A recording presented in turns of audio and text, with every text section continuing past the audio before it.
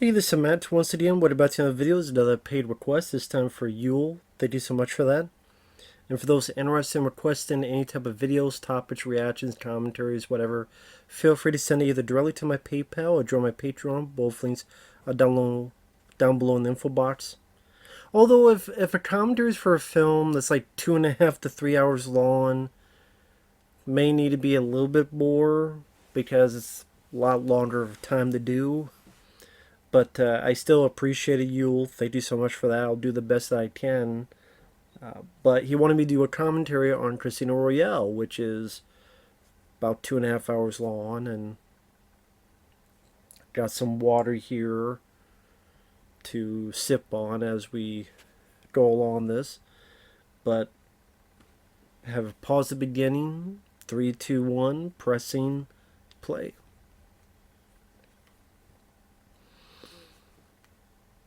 And we have the MGM logo, this time in black and white.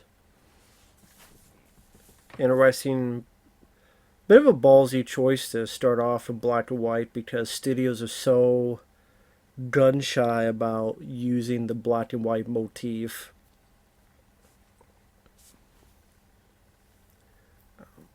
They just feel audiences would be so aghast or so iffy about even having any type of a film black and white. Because a lot of times when you go against the norm in today's age, they're afraid that the audience will be mad, angry, upset, and sadly at times they do have a point.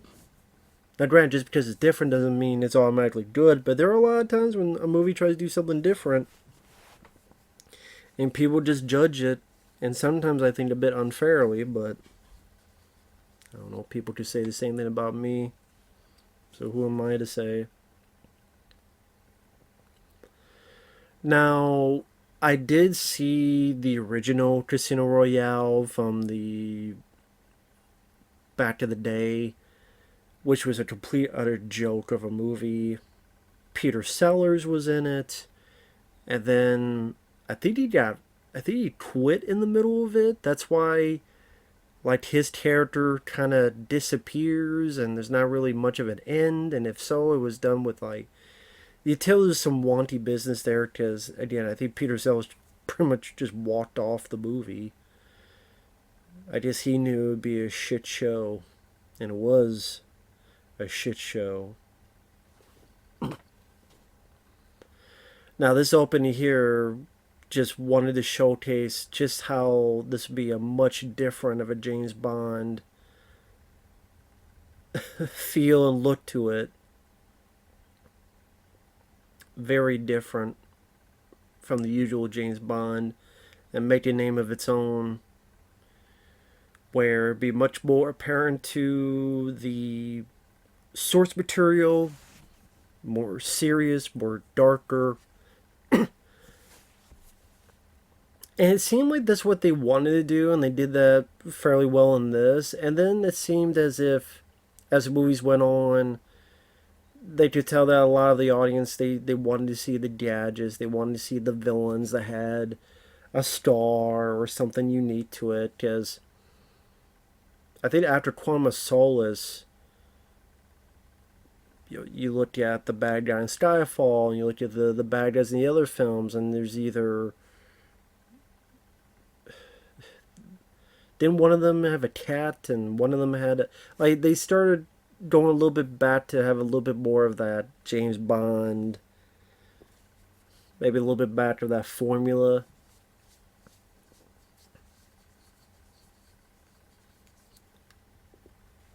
But Skyfall is really good, but so is this one.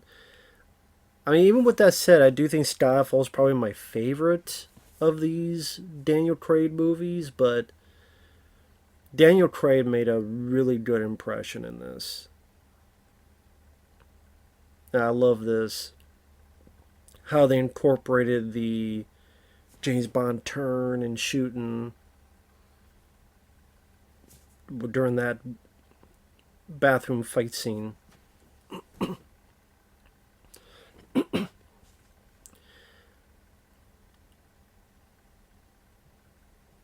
So what can I say about this? Where to start? I mean, I got enough time. It's 2.5 hours, which I don't think the movie needed to be 2.5 hours. I think there are times where the pace does get a bit sluggish from bits to bits because it's still about a card game. But there's still a good cast, very capable, directed by Martin Campbell. And Martin Campbell, this wasn't the first time he dealt with Bond. I mean, he did GoldenEye, Pierce Brosnan, my favorite James Bond film.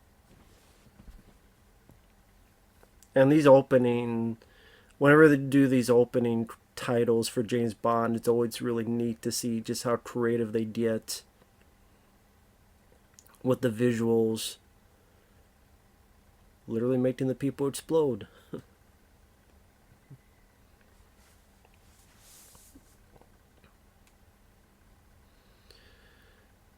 But I mean, they definitely wanted to showcase this is going to be much more of a serious. This is a James Bond that does have a license to kill. There's no invisible cars. There's no James Bond surfing the CGI waves. There's no ice castles like Die Another Day. And Die Another Day to this was Batman and Robin to Batman Begins, where you have a film that was just so over the top and so silly and so against one way that kind of, I don't want to say killed it, because Die Another Day, I'm trying to remember what year that came out. That came out 2002 or something around there.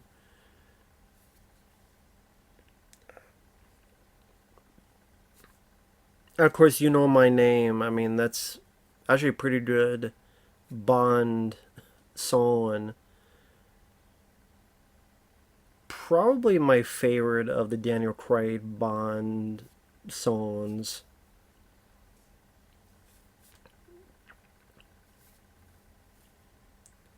But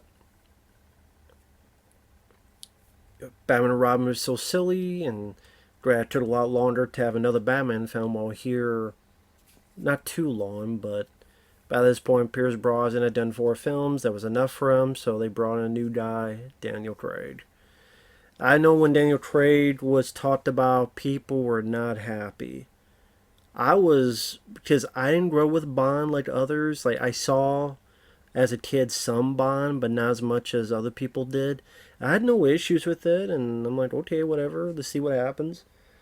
And people, they made websites like Daniel Craig, Not My Bond, and then this came out and he shut a lot of people up. He shut a lot of people up because he had that cool demeanor, that badass quality. He can handle the action scenes well. He's a very good, competent actor.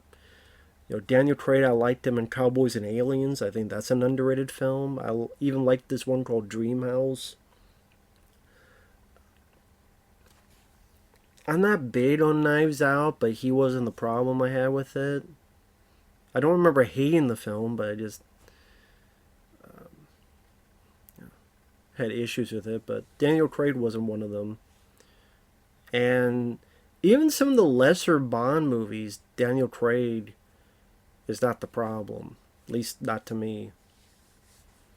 Like Quantum of Solace, as flawed as that is, I do like the fast pace. I do like some of the action, especially the explosive finale, and I do like Daniel Craig in it. Although it is a flawed film.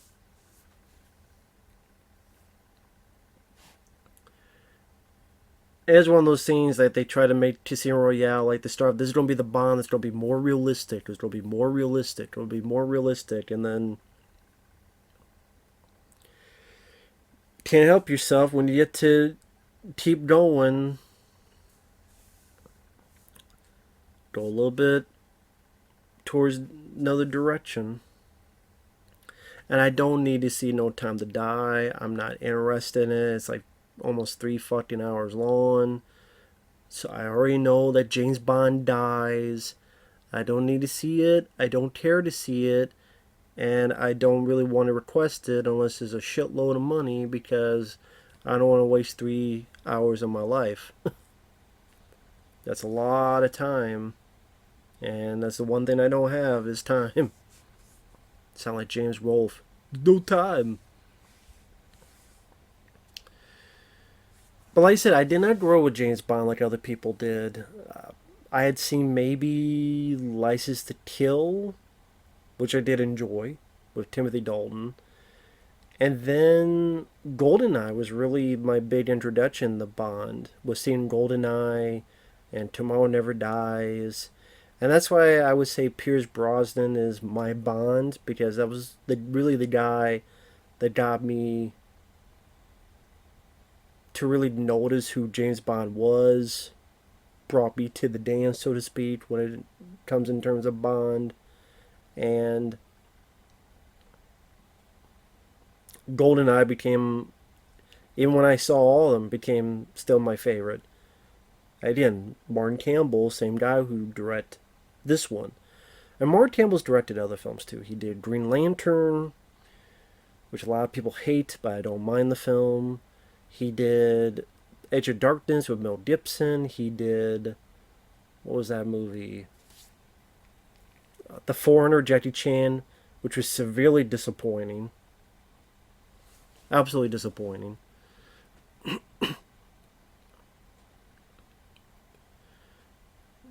And this guy's an idiot. Where the hell did they get him from? Schools for Fools? He's holding the earpiece, and even Bond's like, get that fucking hand off here. Just like, oh, it's an earpiece. I'm pushing this.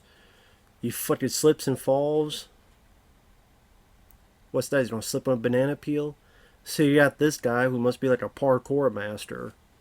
He might be into parkour. They might have hired that specifically to learn how to talk. He's very acrobatic. I think he might be parkour. But I mean, this is going to be like the first really extensive action scene for Bond, so you really have to make it count. And this is a pretty stellar chase, which is competently edited. And then that's the main flaw of the next one, Quantum of Solace, is the editing. And like a lot of Bond films, at least the better ones, you do it for real in camera. And Martin Campbell seems to know about that. Like the tank in GoldenEye, in this case, had this big construction vehicle. So you got this guy using his speed and agility, and Bond is using brute fucking force. And that's even more adamant because I remember the shot where the guy's flipping through the window and then Daniel Craig just fucking crashes through it.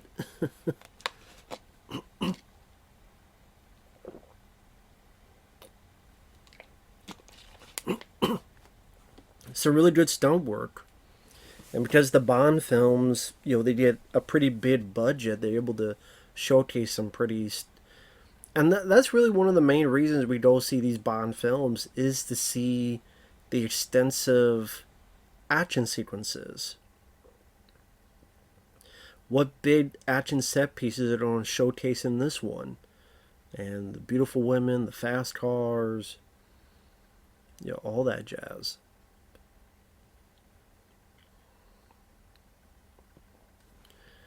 And even here where you get like all this close calls and showcasing the height of it, just showing the danger these characters are in.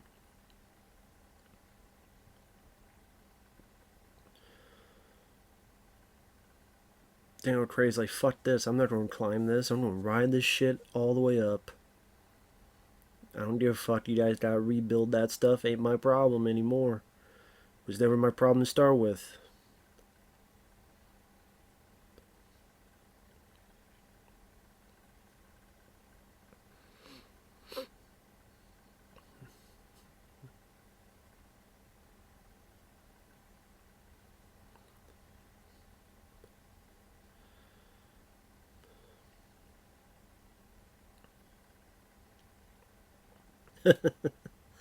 Alright, that Darren just catches a gun, like, fuck you, throws it right back at him. There you go.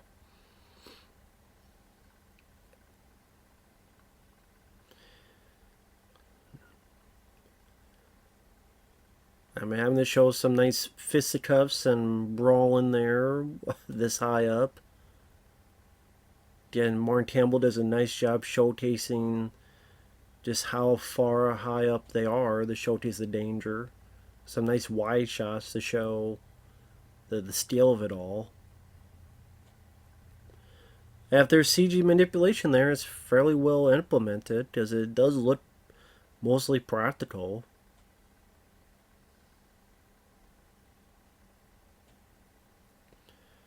There's probably some manipulation there, of course, for the actor's safety, but they have enough budget to finesse that fairly well, and a lot of it done for real to have that stuff intermixed there, like that stunt of falling and landing on there. Sad thing's coming up the bit where he's flipping through and like all this agility stuff like a fucking cheetah. Like a goddamn cheetah. That's definitely inspired the parkour.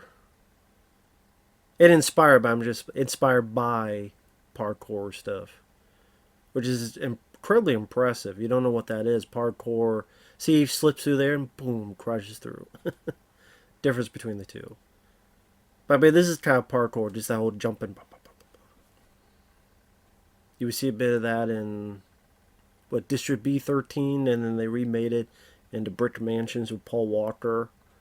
And not Paul Walker, but the guy he teamed up with. That guy was doing parkour stuff. Yeah, it's such a cool foot chase. And very exciting because of just, you really feel the danger showcased with all this. Idea Martin Campbell's using the right type of angles to understand the geography and the height and danger of the situation.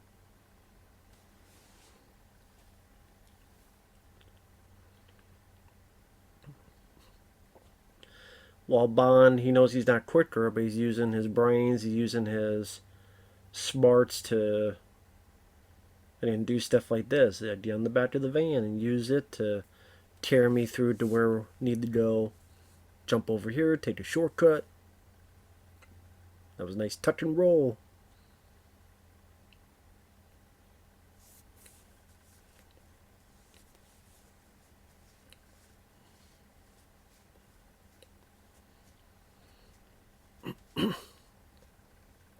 Ooh, nice.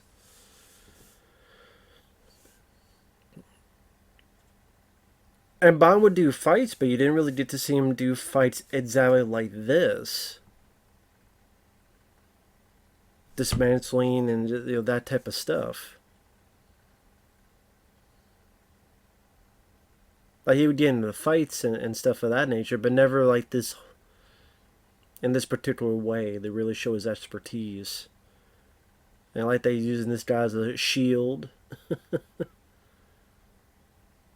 Sorry you got wounded there, pal. It ain't my fault. Blame it on them.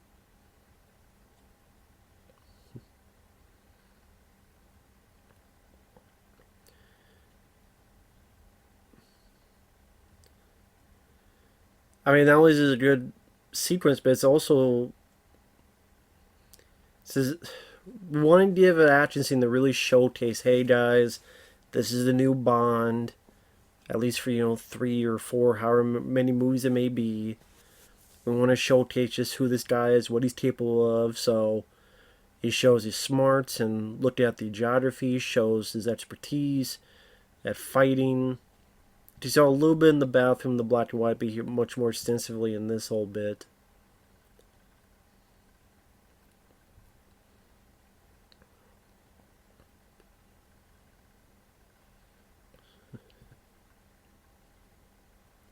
Ooh. I love that.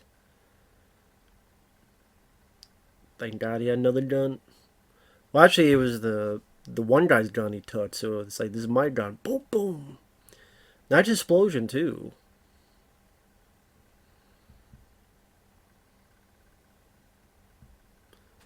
I mean, that's fucking badass to be there. That's fucking badass.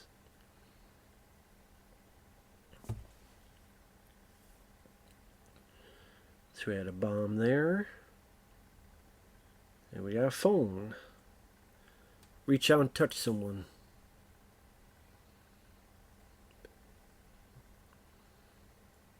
Ellipsis, Gesundheit.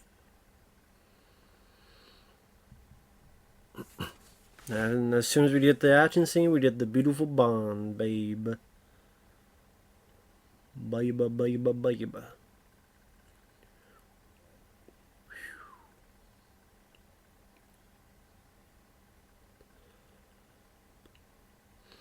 Now that background, that might have been a bit of a green screen. If it was, it did look it. If it wasn't, okay. But when she opened the screen, that did look a bit green screen. If I'm wrong, I'm wrong, but...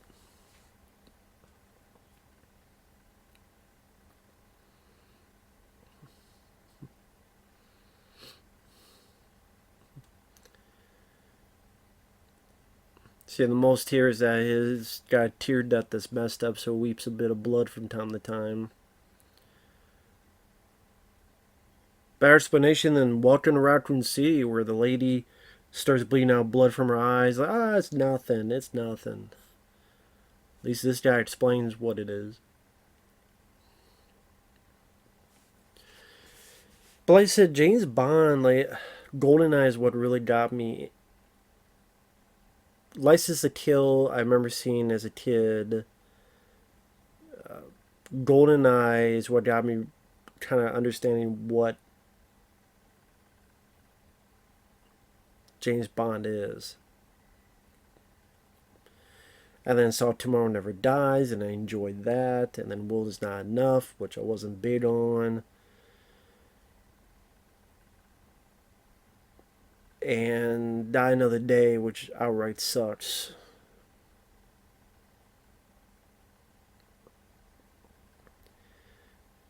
I always thought it was a bit weird they brought Judi Dench back as M, because it kind of got confusing, because this is supposed to be a prequel story, and James Bond's like first or early mission, I should say. But Judi Dench is the same character she played in the Pierce Brosnan movies. I mean, I did it too. It was the same actor from like the beginning, or near the beginning, up until, was it World Is Not Enough was the last one he was in?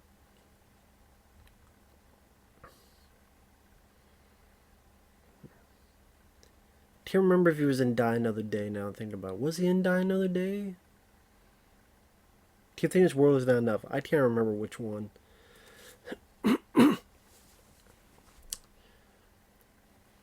It might have been World Is Not Enough. But that is a sort of weird thing where they meant to be connected. In a way they were, because like Roger Moore's looking at the graveside of his dead wife, which was in On Her Majesty's Secret Service. So it had this kind of loose connection, I would say. But anyway, yeah, I have seen all the James Bond films, and overall I would say I do enjoy the franchise. I don't care what they do about in the future, because like a lot of franchises, I think they should take the damn break for like 10 years.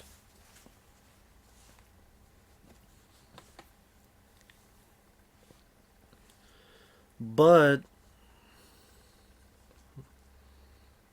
I do enjoy a lot of the films. I mean,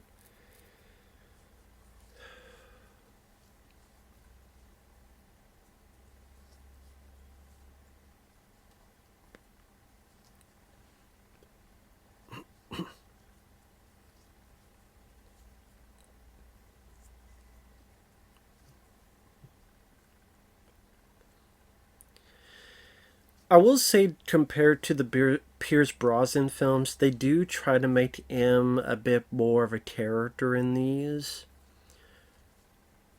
So, like in this, she's more of the stern, kind of domineering mother figure to Bond.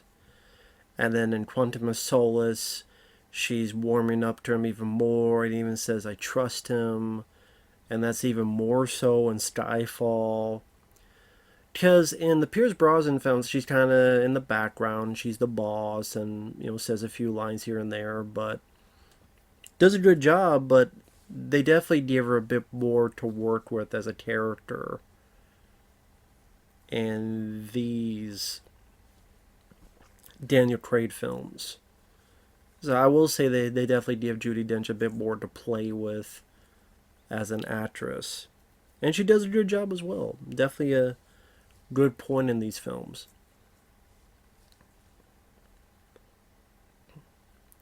But I think back, and I can't remember all the films' names, but like Dr. No, I remember liking. From Russia with Love, I could never get into. I know that's a highly praised one, but I always thought it was really boring. From Russia with Love. Goldfinger is my favorite of the Sean Connery era. No, Mr. Bond, I expect you to die. That's a very fun one. Thunderball was meh. I was never big on Thunderball.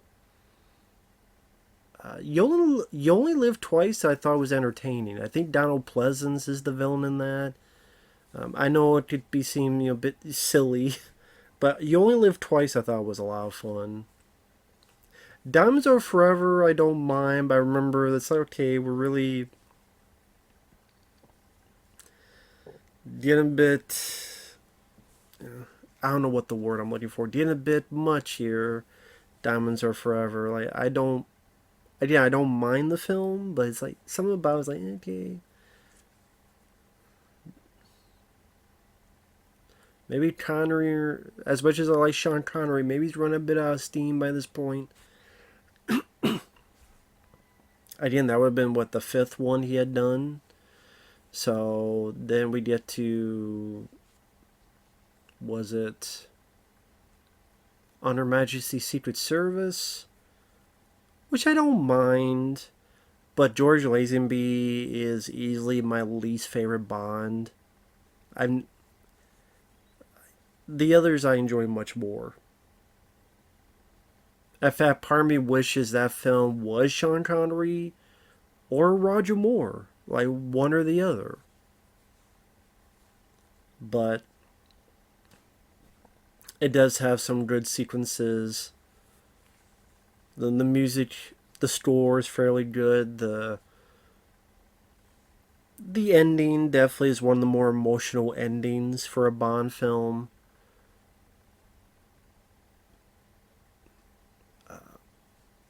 Like George Lazenby, I've seen much worse actors. I don't think he was that bad of an actor in it. I just, compared to the Bond films like Timothy Dalton and Pierce and Craig, like I like them much more.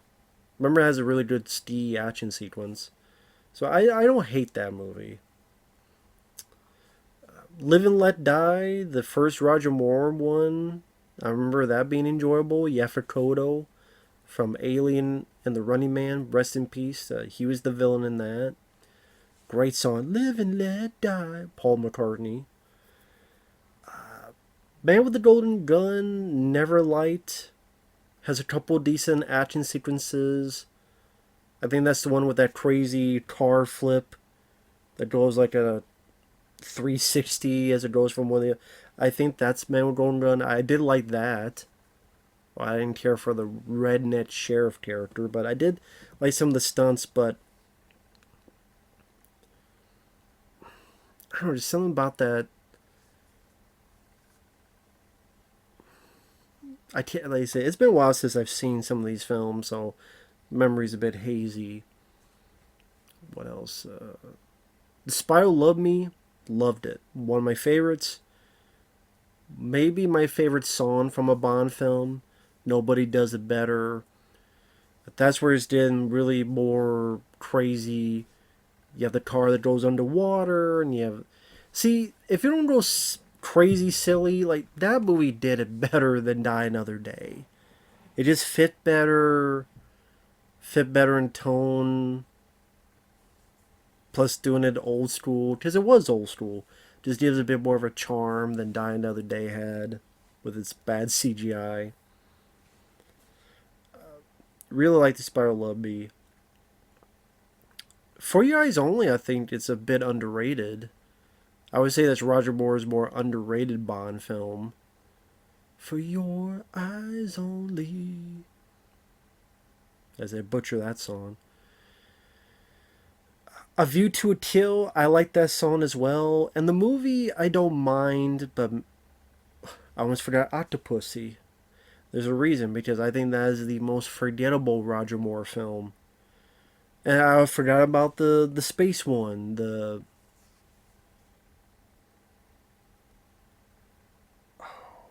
what the hell was it called? Oh, what the hell was it called? The space one. Moonraker. Moonraker is very campy, but kind of fun to watch because of the Star Wars Bond mix. It's funny. I will say I did laughs out of it. And Octopussy, I think, is the most forgettable Roger Moore one. Probably my least favorite of the Roger Moore ones, actually. And then there's where all the ladies get their boners up. I know ladies don't have boners. Well, it's 2023, so maybe there are ladies. Well, there are probably ladies with boners that get up when they see Daniel Craig. So have at it, ladies and gentlemen. To be fair.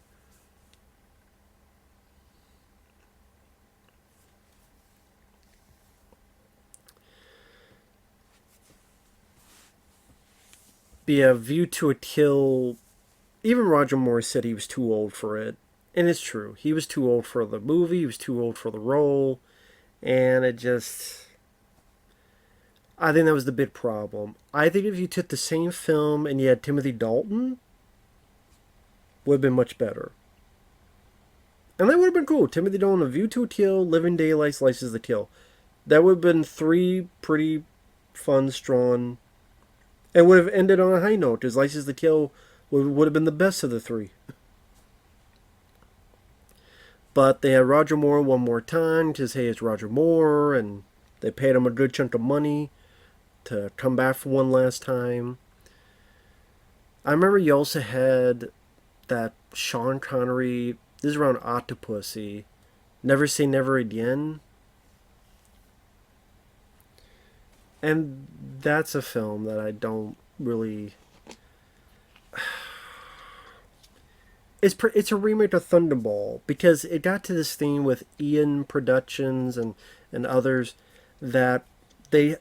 Two things own James Bond. But one owned James Bond... How do I put it? One owned the majority of James Bond. And one owned a certain section of James Bond. The one who owned a certain section was... They owned Thunderball. The novel, the source material... So I think they also, did they own Spectre as well? Like the organization?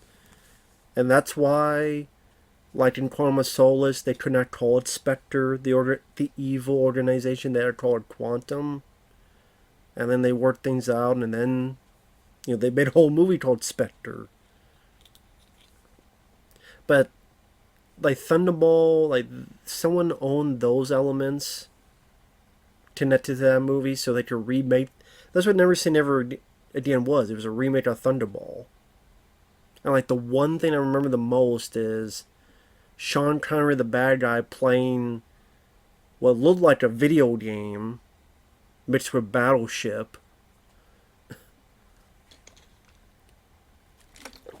Because like they're both at opposite ends. They got like these game joysticks, and like James Bond's losing, and of course he's got to win as he should. It's like the one thing I remember. And I was told Never Say Never Again because I think he had told his wife, he had said he would never play Bond again. And then lo and behold, either because they paid enough money or his career was not going so well, so take the job. And thus, I did say never once, but never say never again. And I don't think either of them did. I don't know. I don't know how that did. I don't think it did game busters at the box office. So, Timothy Dalton, the most underrated Bond. Living Daylights and License to Kill, both solid, both do well. And License to Kill is one of the best and easily most underrated Bond films. I mean, that's this before this was a thing. Like, the more serious, the more like the book, hardcore badass Bond, that was Timothy Dalton. And at the time, License to Kill, which came out the same summer as Batman, Back to the Future 2, Lethal Weapon 2, Ghostbusters 2, fuck, shitload of Indiana Jones 3,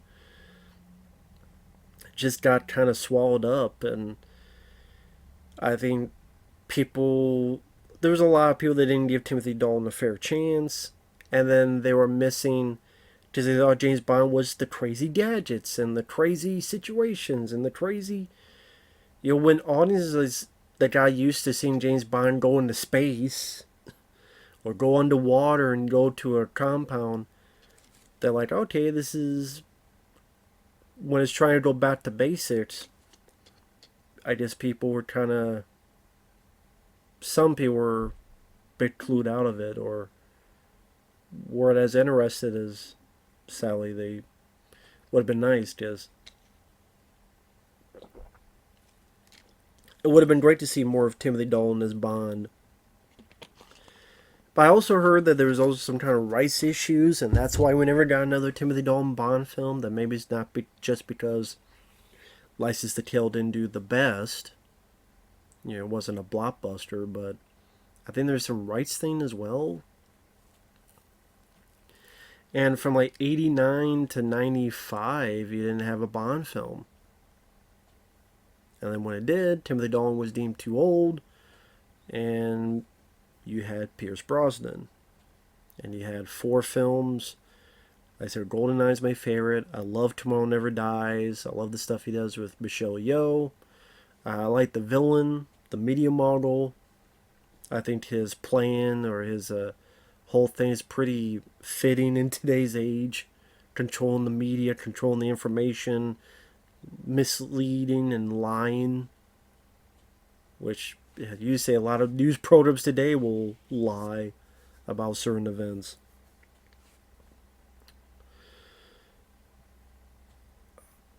Like I said, Will's Not Enough, not big on. And Die Another Day was terrible. Halle Berry couldn't help it as much as I liked Halle Berry. And man, it just... fuck, man. Invisible cars, and it just didn't fit with everything else going on, because at the beginning of the film, James Bond's getting tortured in prison, and it's supposed to be like a serious affair, but then you have Madonna's "Gonna Die Another Day" as James Bond's being tortured, beaten into prison. He's gonna die another day. I'm like, which is it? You have this kind of gonna die, like almost upbeat sounding song in terms of the music itself, maybe not the lyrics but the music, and then I mean, imagine a guy jumping off a cliff to end himself, but then you have the music, free falling, and he's free. You'd be like, it's supposed to be serious, it's supposed to be sad, but it's like, free falling. It's like, well, what am I supposed to think?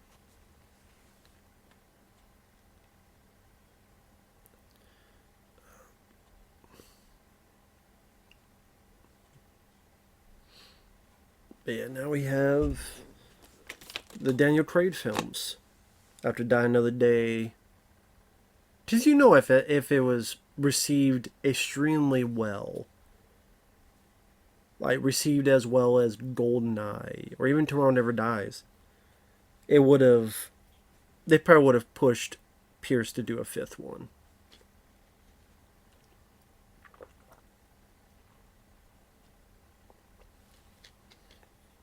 But that just wasn't the case.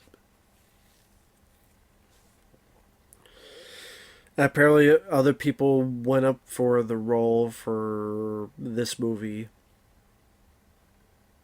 I remember hearing that Henry Cavill, who of course would be Superman and Man of Steel, but he was deemed too young at the time. Apparently, Carl Urban, some people wanted, but he was doing a film at the same time. I don't know what film that would be, because I'm thinking, okay, this is 2006. It came out, but at the same time, like, when was this filmed? Because it's James Bond film. This might have taken, 2005. For all I know, they started filming late 2004. I don't know. I don't know when they filmed this, like what year. It came out 2006, but I'm guessing 2005 they were filming. So I think Carl Urban could have done a good job, but Daniel Craig, he fitted well. But hey, I mean, if Carl Urban got this, we might not have gotten Dredd. So I think it worked out the best then. I wish Dredd was a hit. We could have gotten, a couple good Dredd films, Dredd sequels. But it is what it is.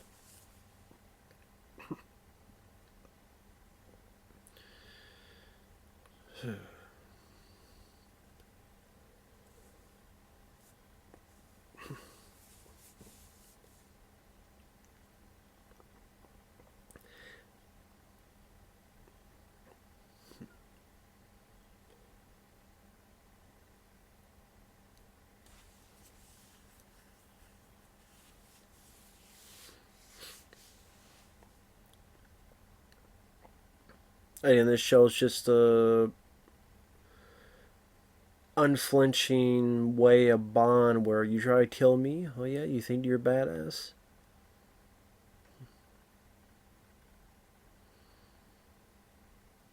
There you go. To show as little emotion as possible so you don't make a scene and just kill this guy right then and there. Something you had to do.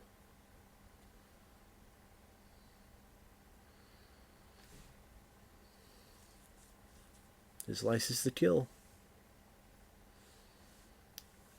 And just to me, he's like, you shouldn't have fucked with him.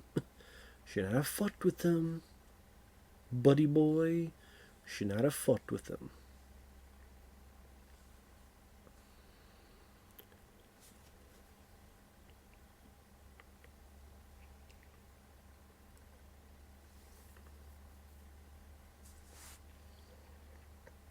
Sometimes if you see me doing this, it's because I'm yawning. It's not because of the film, it's just I haven't been sleeping the best lately, so a lot of times I feel tired. I don't want to be yawning in front of, show everybody the inside of my throat.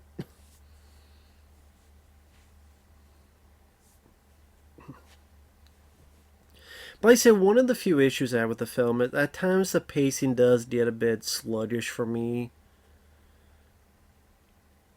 Which is funny, that's kind of the opposite of the next film, Quantum of Solace, where when you...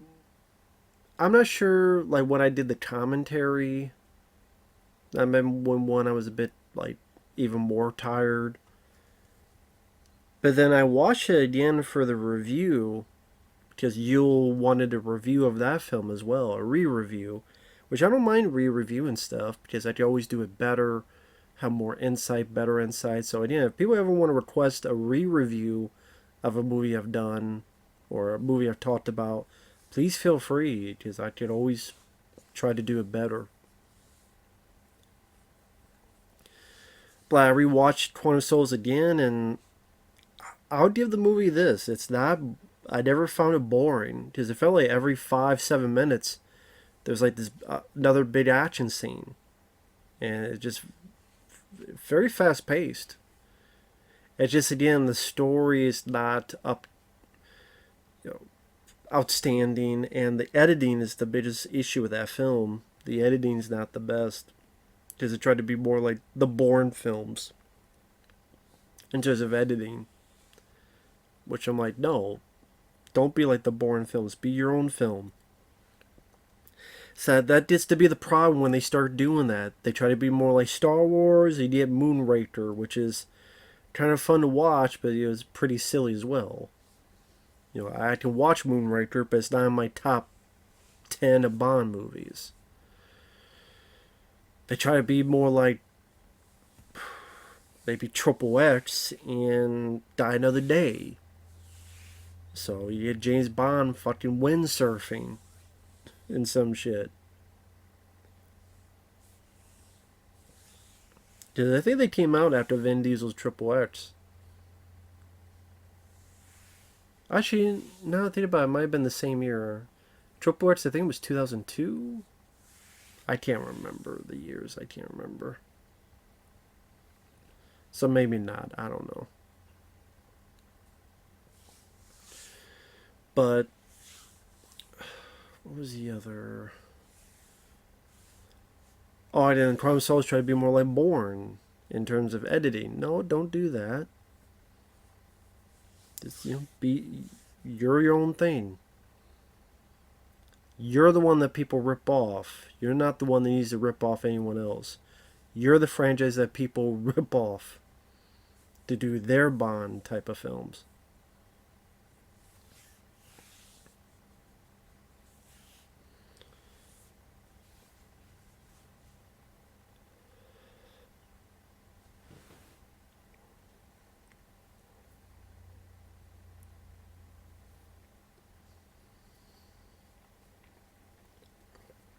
Yeah, I think here we're coming up to another fairly big action sequence.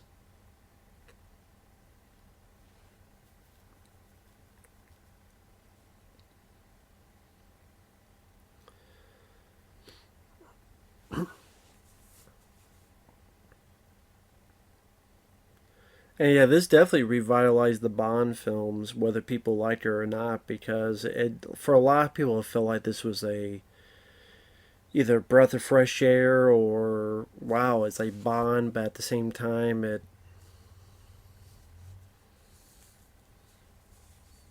I guess some people would say this tried to be, well,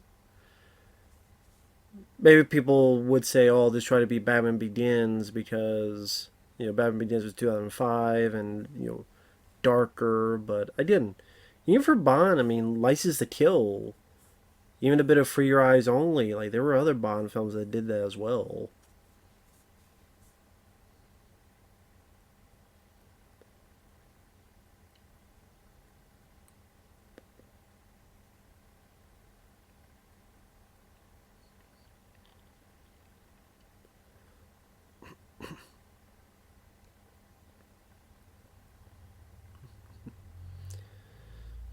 Yeah, what the fuck this guy doing? Oh, there's the body there.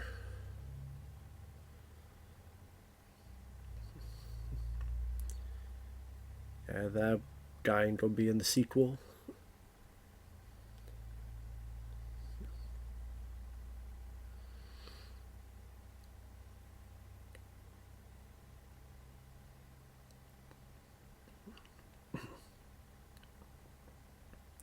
There you go. Pretty decent stunt there, down on the top of that truck. Nice shots of the side, him hanging off there to show a bit more of the danger. That if he lets go, he's going to possibly get run over.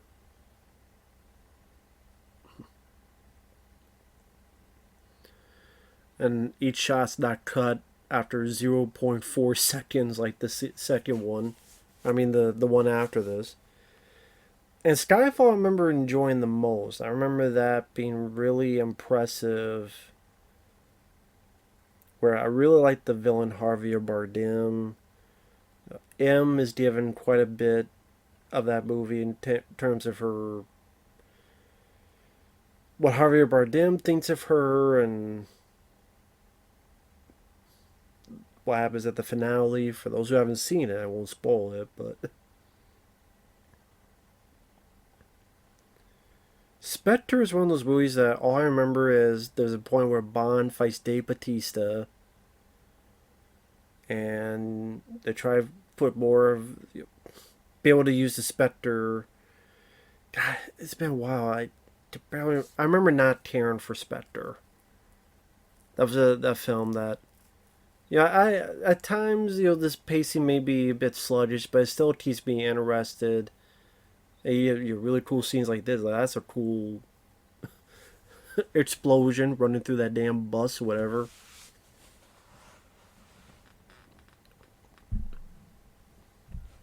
It's one of the reasons I was so disappointed in The Foreigner, because you look at, okay, Jackie Chan's going to star in a Martin Campbell film, and if the actions are at all like this, which, I mean, this had more budget than The Foreigner, but even a fraction of this, but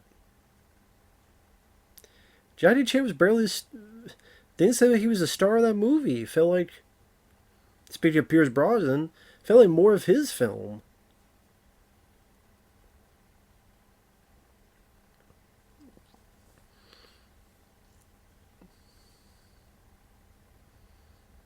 This is a film that I remember being advertised, and people thought, oh my god, there's going to be such a big change for Jackie Chan. And now it's a film you don't really ever hear anyone bring up. I mean, when was the last time someone brought up The Foreigner? Maybe Foreigner songs, but I mean, The Foreigner. Fuck. That car almost flew all the way to fucking Saskatchewan.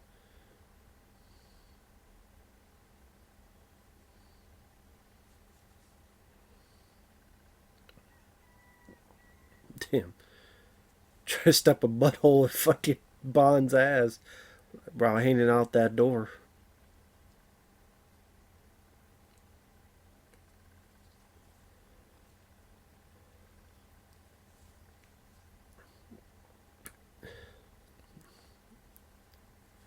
Well, I mean, thank God that bomb had a red light blinking.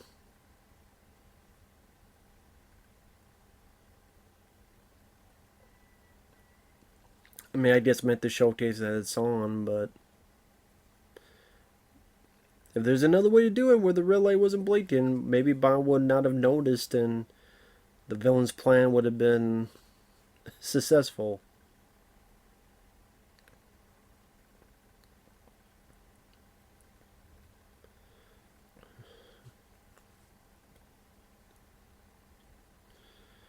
Oh, shit.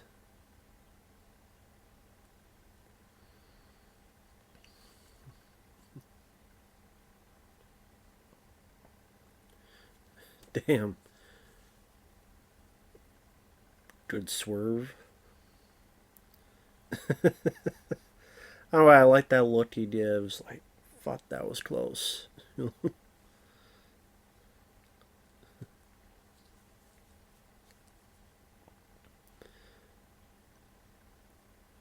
Fuck, they slammed his ass down. I just, that's what would happen.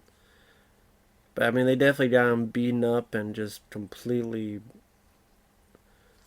He went through the ringer during that. All those cuts on his face. Don't do it.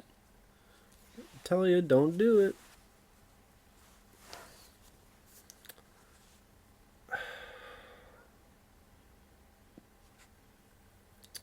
Bullseye.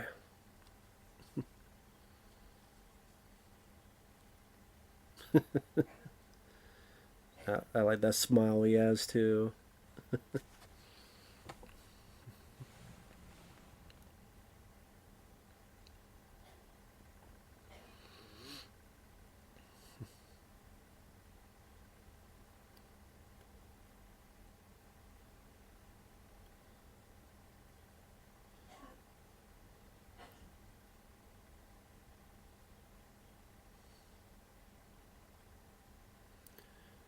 Let's see.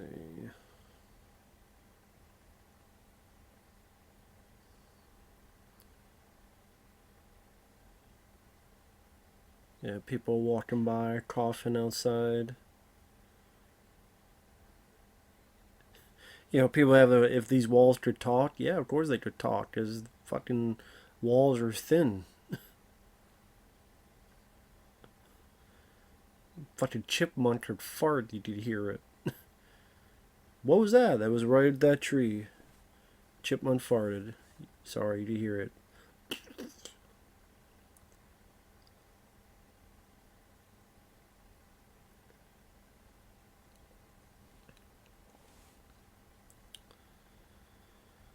Poor lady. That's the thing. If a lot of times the ladies don't get to know Bond, or you will die. You will fucking die. I mean, if you're the main Bond girl, like, or if you're someone like Michelle Yeoh or Halle Berry, then you'll make it. But for a lot of times, if you're the girl, you're gonna die. If you know Bond, I mean, Terry Hatcher in Tomorrow Never Dies gets killed. The what was the I mean, the girl by the end of this movie, she dies and drowns. That girl there. There's the one girl in Quantum of Solace who's found with the oil inside her mouth and throat. Didn't she have a name like Strawberry something in Quantum of Solace? She gets killed. What was it? Say Terry Hatcher. Tomorrow Never Dies. Of course, the wife in On Her Majesty's Secret Service at the end of that. I said, don't get to know Bond too well. Might not make it.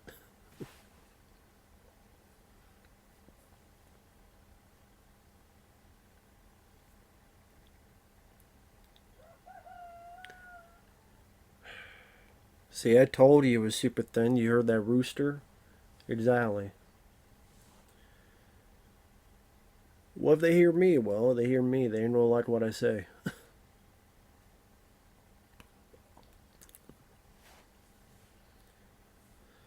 So there, now we're getting to the little bit of the Casino Royale, what that all pertains to the plot of it. If you wonder, I am watching this on the DVD. This is a 2-disc full screen thing. When I got this at first, I didn't realize it was the full screen, but oh well, I'm fine with full screen. It does have a bonus disc.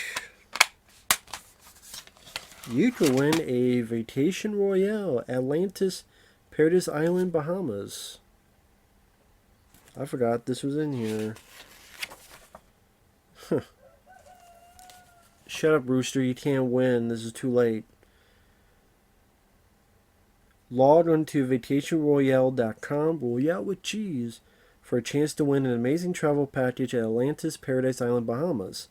You can win an 8-day, 7-night stay for 2 adults with accommodations at the world-famous 4,800 square foot Bridge Suite.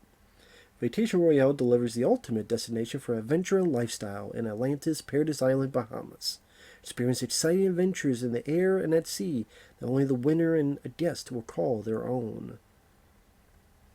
So if one get laid, if you win this, hey lady, you want to go to Bahamas? Sure, you just have to suck my dick every day. Okay, ole. In more ways than one, getting laid, ole. Wow, fancy stuff. Wonder who won this. I always wonder about a lot of these like sweepstakes and like these kind of deals with and pertain to movies. That should be like a series where find all the people who won this stuff and just discuss on YouTube. Like, You enter it. What was the experience like? All that jazz. 8 days, 7 night stay. You can't win. Sorry. Shut up. The winner and guests will be transported via limo to the front door of the Royal Towers at Atlantis. The limo will be on standby for their entire stay. 24/7. Or it says 24/007. Okay, I get you. I get you. The winner and guests will choose either a personal chartered yacht where they can sail the beautiful waters of the Bahamas and snort, fish, or relax, or a private sailing lesson where they can learn to skipper one of America's Cup sailing yachts. Fuck that, I'm not going to be doing work. I just ride and relax. The winner and guests will enjoy a private scuba diving lesson while being escorted on an underwater tour of famous Bond sites located beneath the crystal clear Bahamian waters. Great. Get a chance to drown. What if the person can't swim? What if it's one of those things that they drown even with the shit on? The Casino Royale experience will feature a culinary opportunity like no other, when the winner and guests are treated to a formal dinner. Why can't I fucking read? Formal dinner totaling $350. Maybe that's why I'm tongue twisting. $350 fucking dollars. That I could feed myself for 3 months with $350. But one fucking meal? Is that $350 for the 8 days, 7 nights, or $350 in one night? The Bridge Suite patio created by their personal Nobu chef. The menu and beverage pairing will be exclusively designed for them. A fabulous dinner at Celebrity Chef. I don't know who the fuck that is, so I don't know if he's that much of a celebrity. Will be followed by beverages selected by their sommelier. If there's no mellow yellow, no deal. That'd be like, I want mellow yellow. What the fuck is that? Well, you lose then. The winner and guests will be treated to a central retreat for an entire day at the Montenegro Spa, where they can each indulge in 4 exotic treatments. Do they include happy endings? If not, no deal. Also included is a complimentary gourmet dining plan for 2. Room taxes, gratuities, and surcharges are included. Well, thank God you'll pay the taxes too. That'd be funny. You get there, and it's like, well, you gotta pay the taxes. It's $100. Well, we brought you here. Now you gotta pay. You shit out of luck. You don't pay, you don't go home. Room tax, so gourmet dining plan. So I guess this does mean $350 a night just on that one fucking Jesus. The winner and guests are responsible for food and beverage and any incidentals outside the prize inclusions. Well, if it's 7 nights and gourmet dining plan, that's 1. Fabulous dinners, that's 2. The $250 one, that's 3. So that's like maybe 3 nights. So what about the other 4 nights? And what about the 8 days?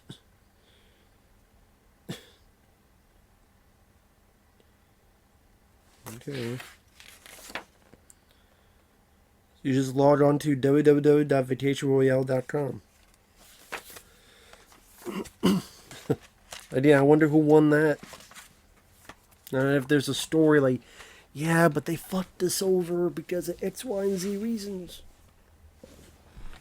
I was going to say, what does it say on the back on this DVD, like the features? Becoming Bond, James Bond for Real, Bond Girls Are Forever, documentary on the various Bond women, Chris Cornell music video, You Know My Name.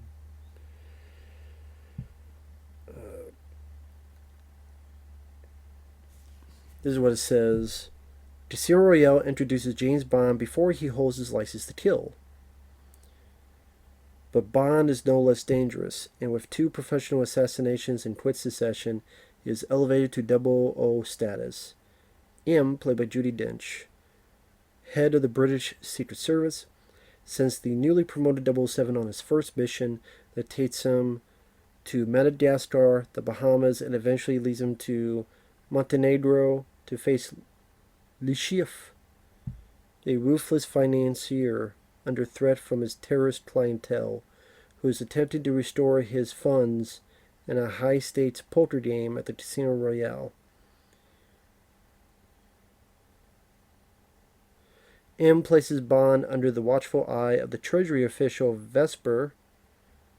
At first skeptical what value Vesper can provide, Bond's interest in her deepens as they brave danger together. Le Chiffre's cunning and cruelty come to bear on them, both in a way Bond could never imagine, and he learns his most important lesson: trust no one. Well, hell, Dolph Lundgren as Jack Kane already told me that, and I Come in Peace, chapter 1, page 1. Trust no one.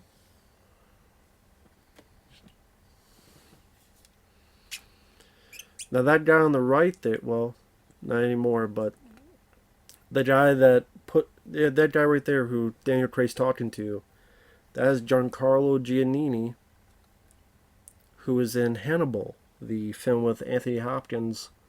He played the detective. If you watch the trailer,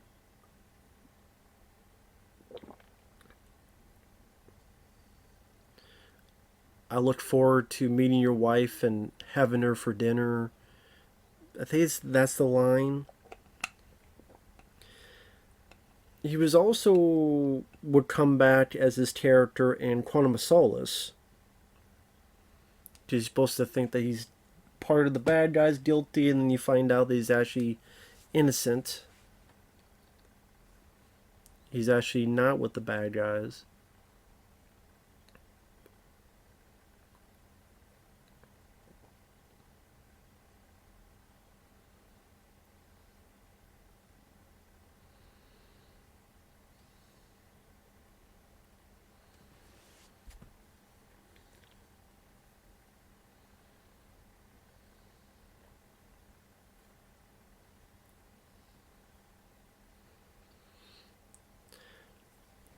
Because at first it makes us want to think that this guy has worked with the bad guys, he was bribed, he's worked with them, but actually he is an ally. And he gets killed off in Quantum of Solace.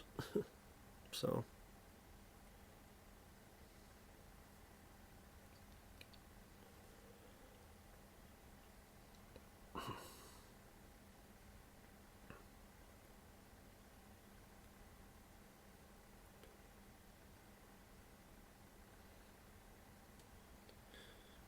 I forget this actress's name. Is it Eva Green? Yeah, and then the bad guy, Mads Mikkelsen. Eva Green.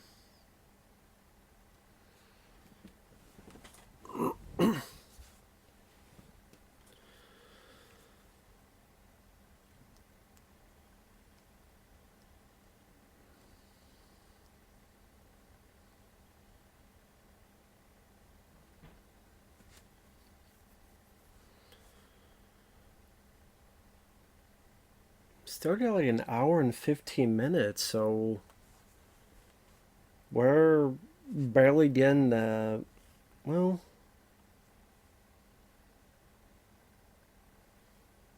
yeah, almost halfway through.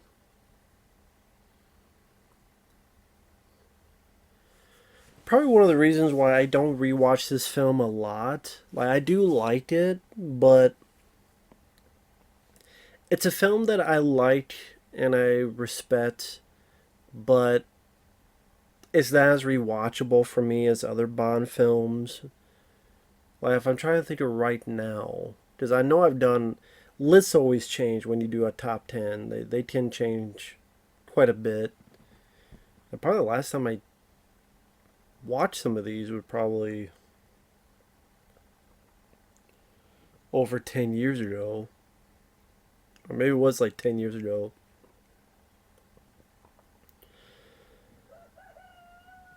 Shut up. But yeah, I mean, my favorite is GoldenEye. And then as part of the top 10, like I said, I don't know where to rank them though. That's the tough thing. There's Jeffrey Wright, Felix, an American ally that was in a lot of the older James Bond films. But this is the new Felix. So that's okay. So Jeffrey Wright here, he is now white. Felix and the older films were white. If this was released now, would you have people complain that, oh, they switched up the character, his race? Would people care? Would people not care? And I'm on the both ends where, on one hand, they do that a lot, and it does get annoying, and you do wish they would stop, because it's being to the woke crowd and being very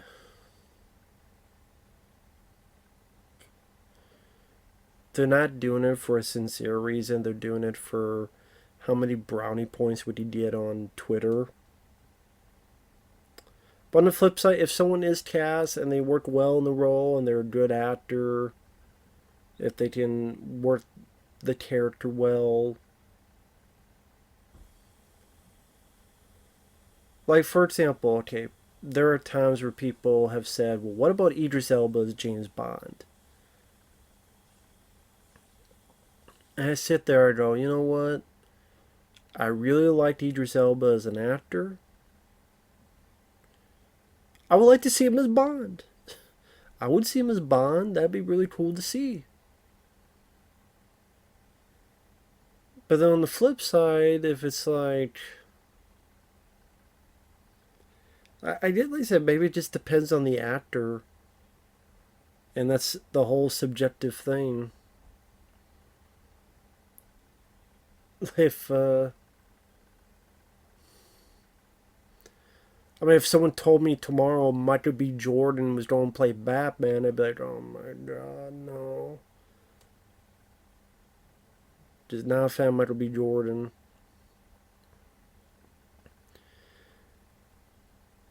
But I mean, sometimes I get what people mean as well. I'm not going to badmouth people who say stuff like that.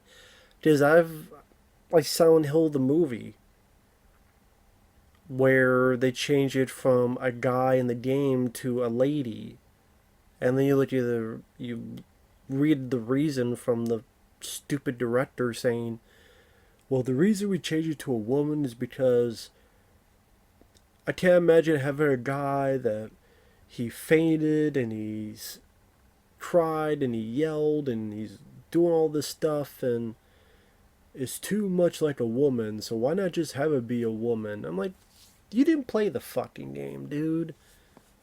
Maybe you watched some guy played it and you looked at some of the camera work and the set design, but you didn't actually play the fucking game because you don't know what you're talking about. It's such a stupid decision.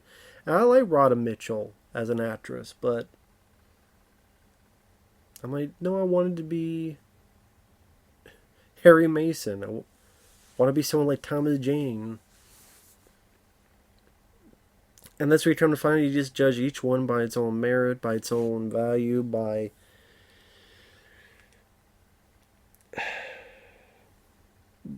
whatever the hell you want to judge that singular mission about.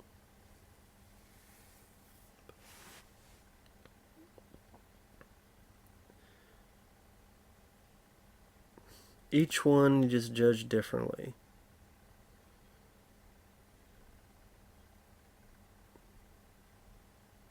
I guess as a roundabout way is There's certain movie franchises and stuff I have like issues with, like why are you doing this, why are you doing that. But with James Bond, maybe because so many different actors have played it, and because I didn't grow with it as a kid, although I do enjoy a good chunk of it,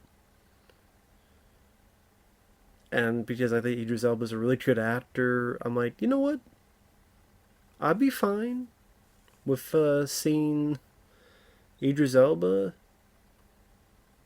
Yeah, Jeffrey Wright. I think he did a good job as Felix.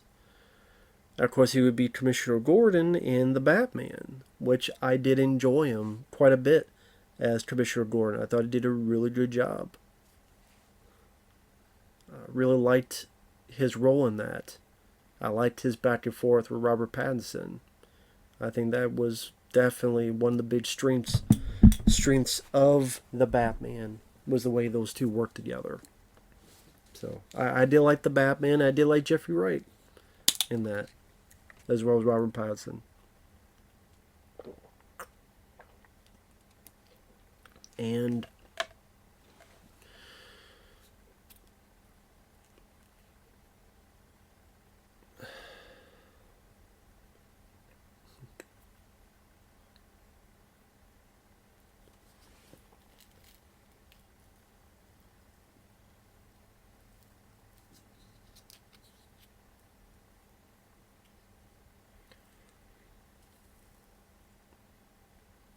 I'm trying to think what I was going to say. Oh, Jeffrey Wright, yeah. He's been in a lot of stuff. I mean, he was in what the Sam Jackson Shaft film from 2000, and I think he was in ICU with Sylvester Stallone, which I'm a fan of that movie. I think that film's a bit underrated.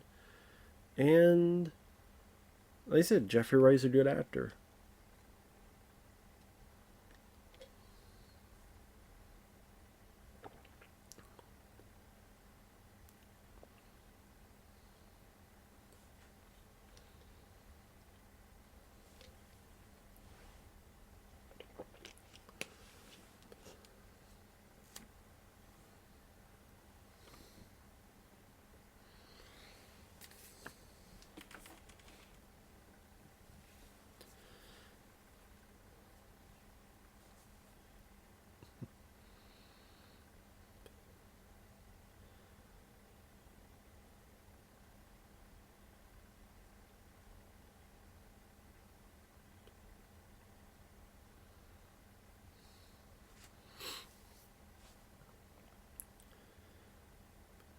Man, I'm sorry I'm blanking out now. I'm trying to figure out because we're at like an hour.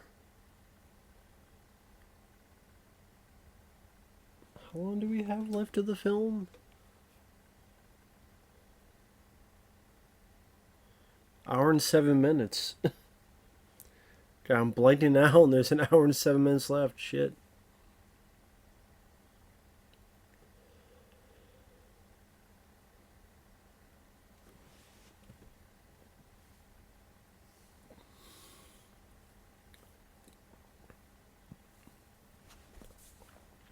But Daniel Craig definitely carries the film.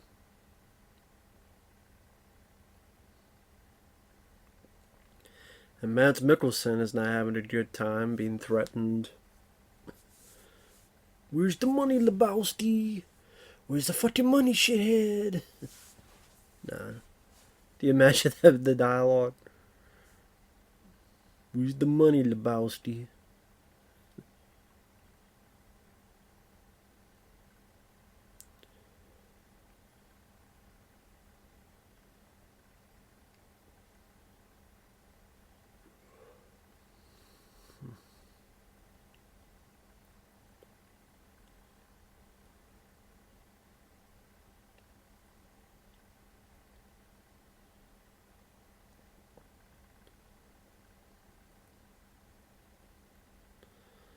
Oh shit. Hold out your harm. Hold out your arm or take your head. Yeah, that'd be a hell of a choice. I just feel it would be a choice because it would hurt like a son of a bitch, but at least you'd be alive.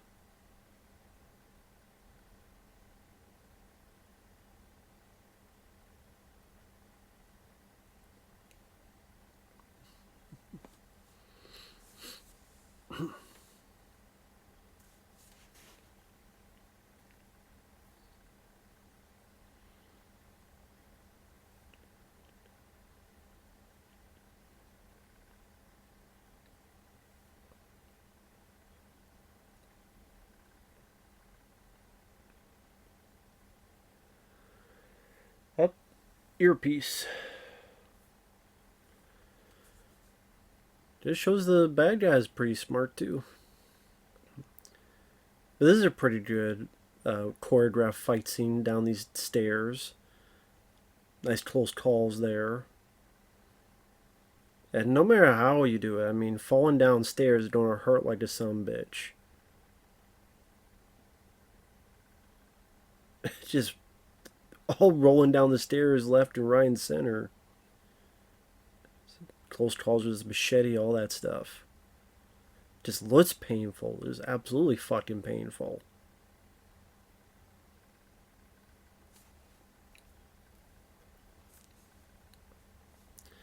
Yeah, it just feels the fight scenes definitely feel more brutal and more just down and dirty in this one compared to the other Bond films.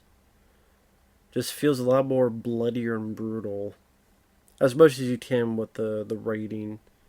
Because I don't think there's ever been, like, this is PG-13. I don't think there's ever been an R-rated Bond film. I would imagine if they tried to do that, they would get a lot of anger and pullback from that. Because, PG-13 they feel will sell better. I'm not saying Bond needs to be R-rated. I would not complain if it was, but I'm just saying, the studio's putting that much money into these films, they're not going to want to take that risk and chance because, I mean, there are R-rated films that made money, but there's a lot more PG-13 films that made money. And a lot higher grossing of money. I mean, take a list, you look at the top, 30 highest grossing films of all time. Count how many films are R-rated and count how many films are not R-rated. There you go.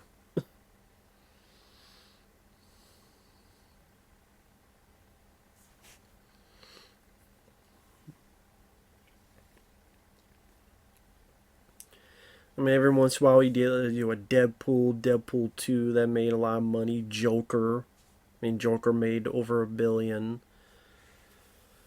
The Matrix when it came out made a lot of money, but again, that's the exception, not the rule.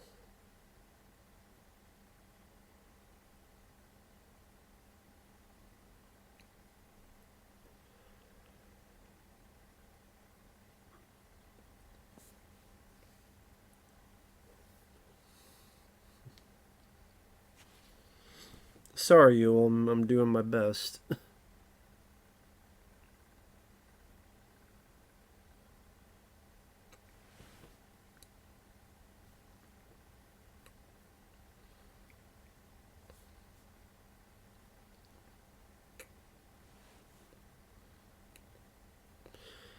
Come on, lady, that's not how you take a shower. Yeah, I know. You're supposed to take your clothes off to take the shower. Can't do this, PG-13. Yeah, well. But all serious, this is a sweet scene to show a bit of the softer side of Bond. Because the way he feels about this lady is definitely one of the ongoing themes in this series of Bond films. I mean, especially in the film afterward, Quantum of Solace.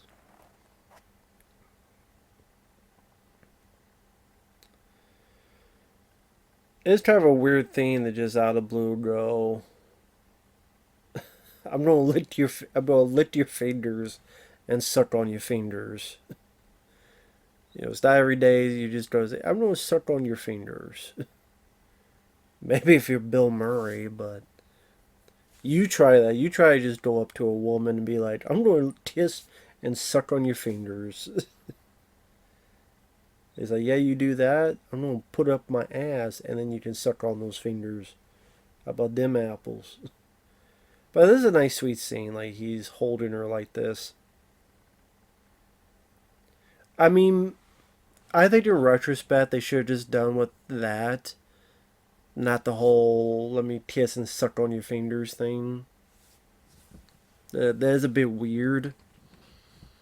I think just him sitting down and then holding her like that, I think that would have worked out better for the emotion portion of the scene. Because then it makes it just seem like he just wants to get some busy with it and be one of the Boehner bros. Buying some feminine hardware, so to speak. Or software. But yeah.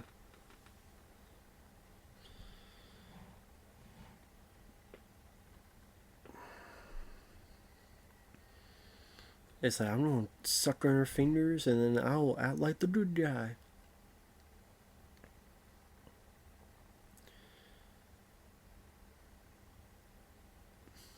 Mads Mikkelsen is mad. Look at that mad face. He's taking the shit. Time to take that shit.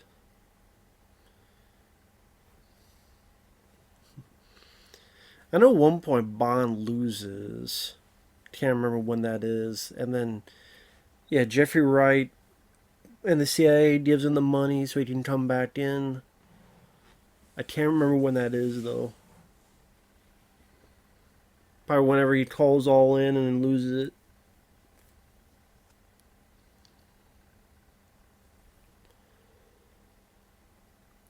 I think Jeffrey Wright loses first, right? Can't remember. At least it's been a while.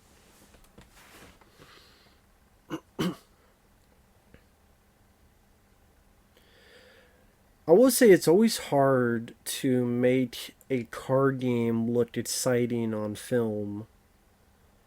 I mean, obviously there's an audience just for that. I mean, there's literally tournaments where people could watch people play poker and such.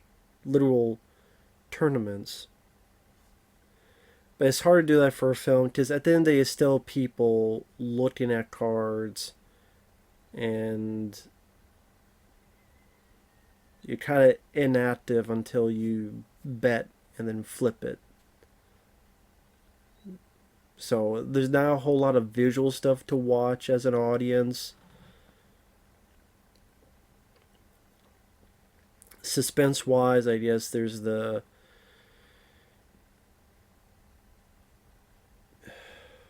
I guess depends how you want to go. Either the predictable route, you know the hero's going to win eventually, or whatever the case may be.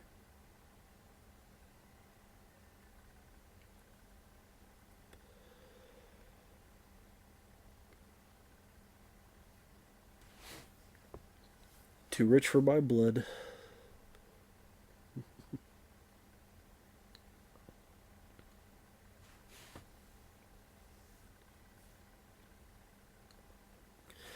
Oh, I think this is when Bond loses. He said all in, so he's going to go all in too.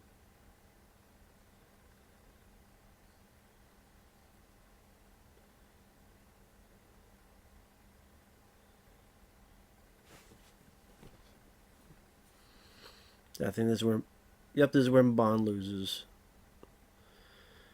And that's happened before too, where Bond loses and then got come back for the win later. I think, yeah, because he does win later because it gets Mads higher ups in a bit of a pickle, and pissed at him because where's our money? Where's the money, Lebowski?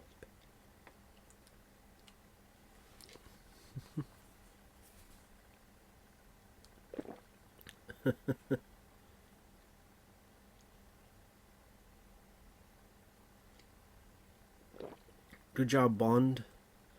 You fucked up. You fucked up royally. It's time to leave. Goodbye.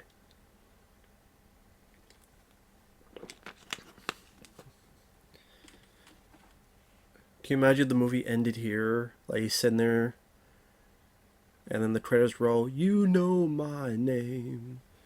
You know my name. It's called Loser. He's a fucking loser and he knows it. He's a fucking loser and he needs it. He needs more of that money, but he's a loser.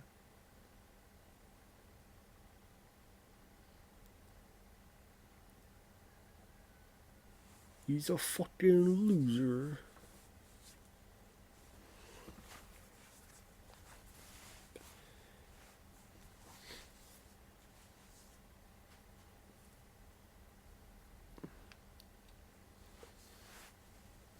You lost because of your ego and you can't take it. And all you're going to do now is lose more money.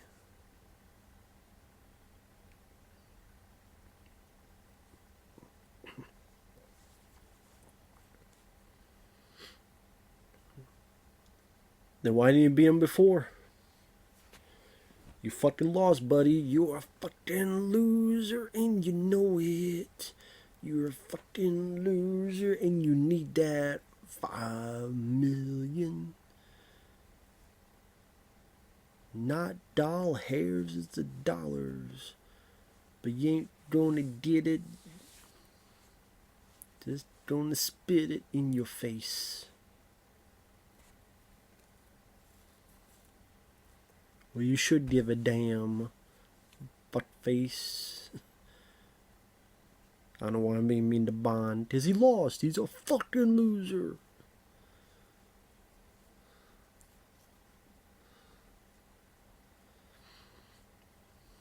What are you going to do, stab him with a pen? Oh, he's got the knife. Shank him.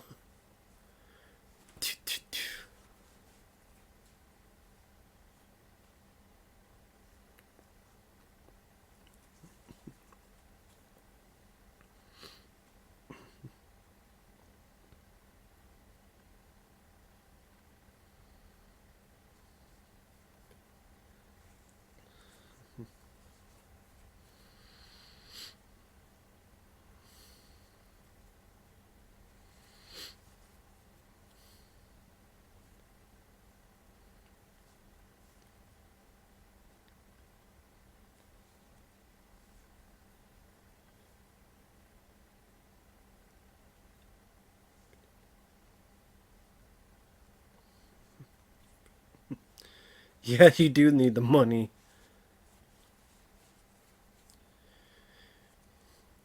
For those who don't remember, Felix Jeffrey Wright says, I'll buy you in. The CIA will pick up the tab. And as long as we get him in if you win.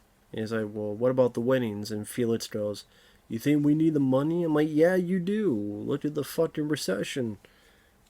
Everyone needs the fucking money. Because everything's up fucking shit creek without a paddle.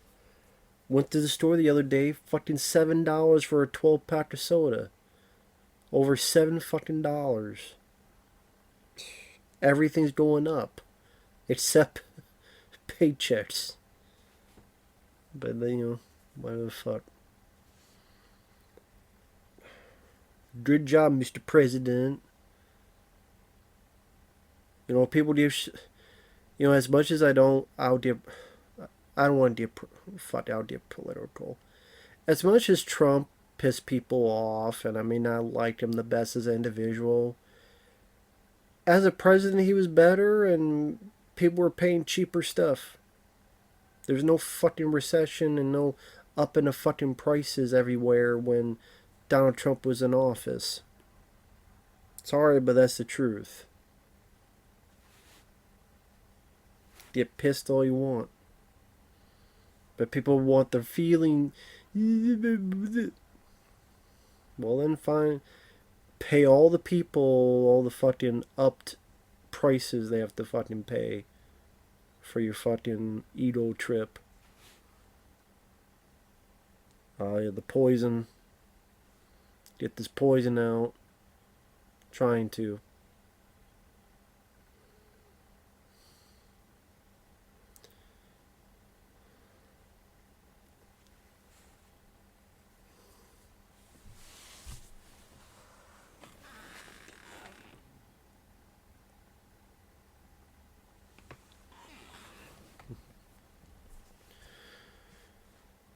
Don't worry about him, he's just drunk.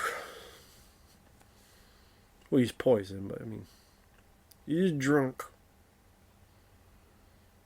Late night bender.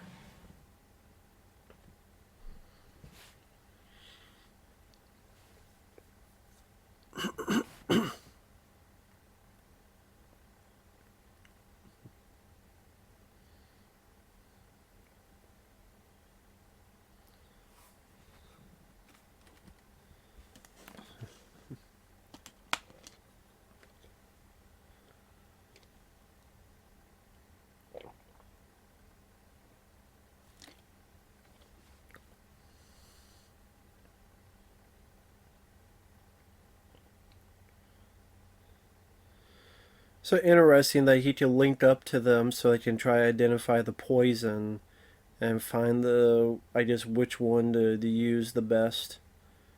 But you have to put a defib on yourself so your heart doesn't stop beating and shit.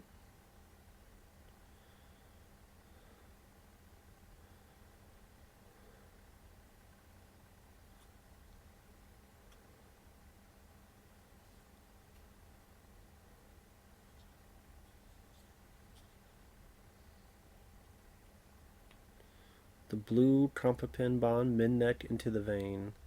Counteracted digitalis. Pass out in a few seconds. He's pushing the red button.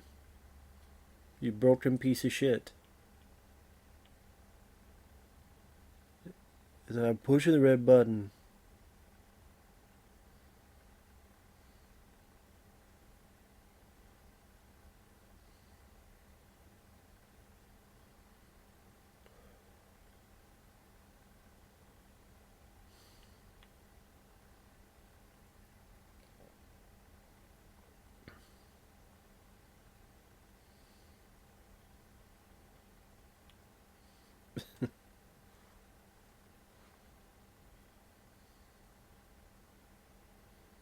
There you go.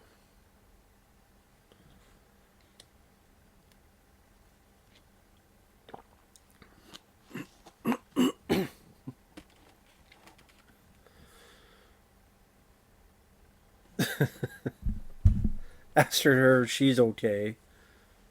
And she's like, me?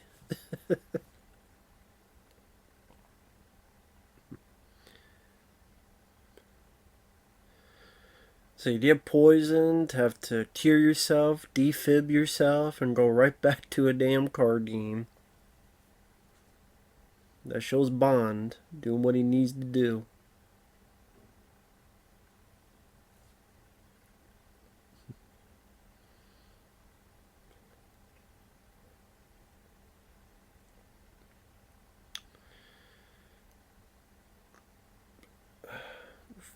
Fuck you, Le Chiffre.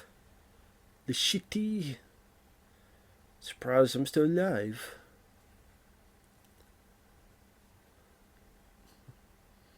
A little bit of that humor. That last hand nearly killed me. I mean, what should happen for the Bond franchise? I'll say it here, take a break. Like a lot of franchises, just take a damn break. It's just one of those things that, like a lot of stuff, it just... At times... Sometimes these franchises just go on for way too long. I mean, with Bond... I think because a lot of it has been, for the fans, consistently fun, entertaining, and because they're usually given the big budget and the scale, and you tell they, for the most part, they do want to get the best film they can. They don't want to half-ass it.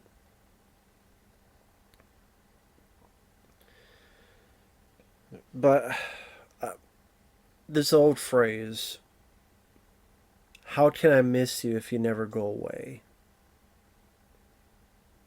Then we have to miss you. And in order to do that, you have to go away for a while.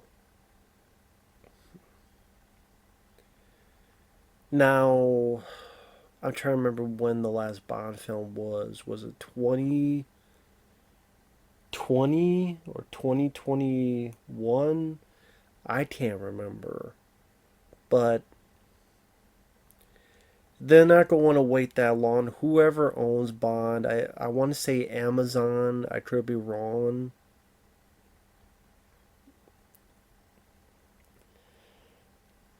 I would say within 5 years they'll try to do Bond again. I would say within 5 years.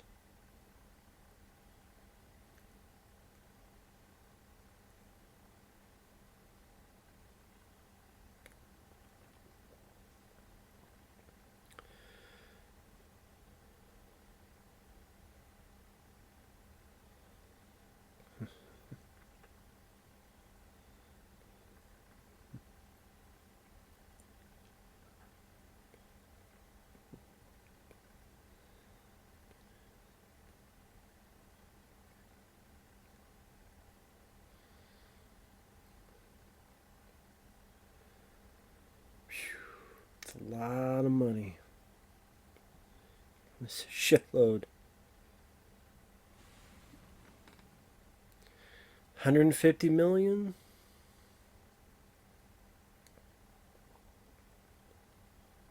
Please give me that.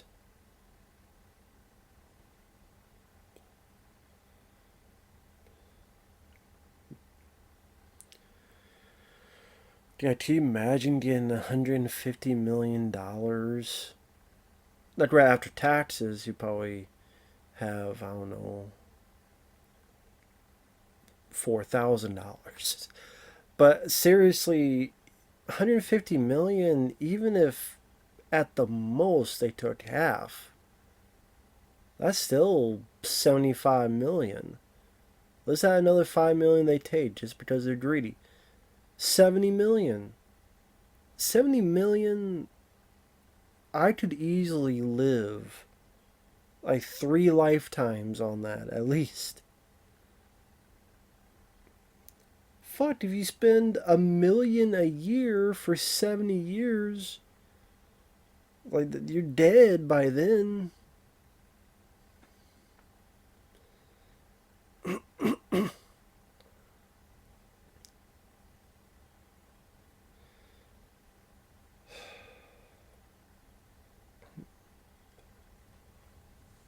Yeah. And most people, I mean, they could, spend 100,000 a year, let alone $1 million a year. Man, I wish, but everyone wishes that, or mostly everyone wishes that. That would be nice, man. That would be nice.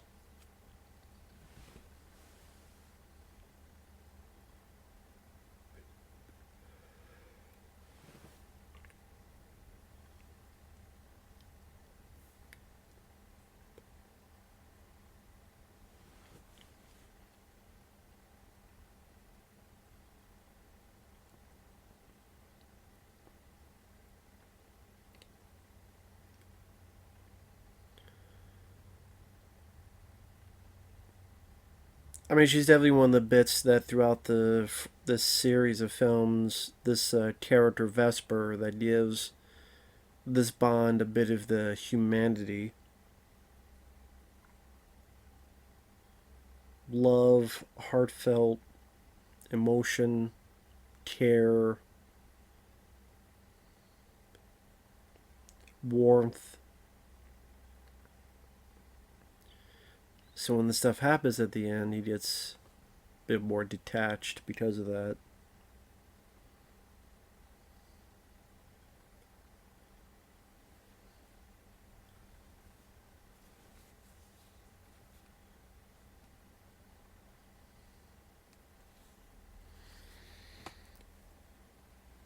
Because I know what comes up next, from what I remember, is that there something happens. He's driving the car. She's in the middle of the road. He has to turn, flip the car, and there's a whole finale with, I forget where it's at, but then you have that old school ancient elevator, and she's in it, and she's ready to drown, and this action sequence in the for the finale, and James Bond's trying to get her out, and she drowns and all that. And the movie ends with him saying Bond, James Bond.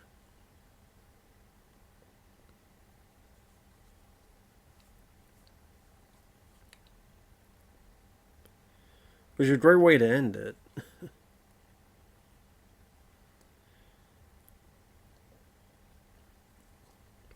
Yeah, you found out she's been taken here and he's going to be on the run. There you go. Yeah, this is where we're getting to. You don't drive. She's going to be in the middle of the road. He's got to flip. The car flips. That's where he's captured. Bing, bang, boom.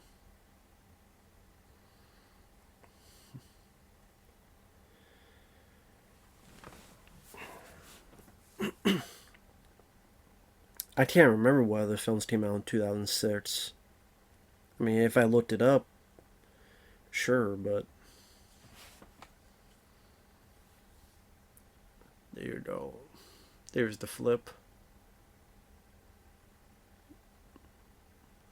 Nicely job getting that car to flip that. Done for real, in camera.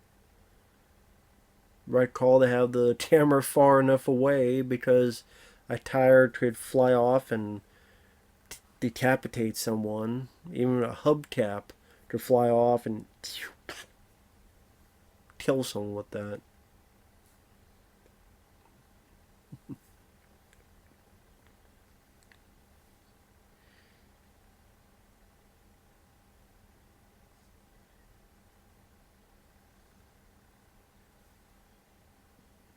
Oh, that's the tractor. Yeah.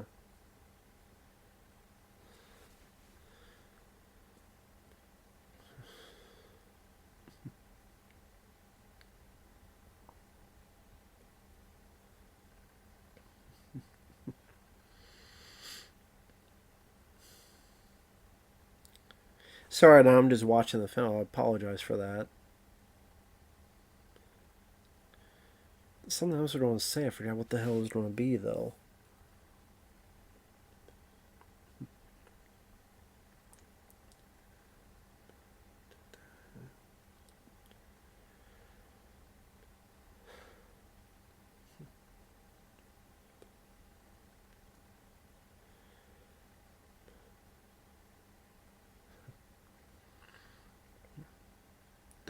Does he get tortured here? Yeah.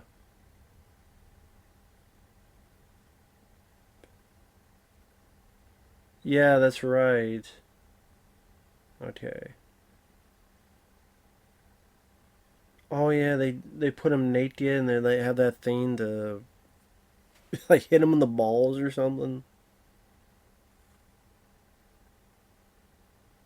Which I mean, I guess I don't blame you. That would be a way to fucking torture a guy.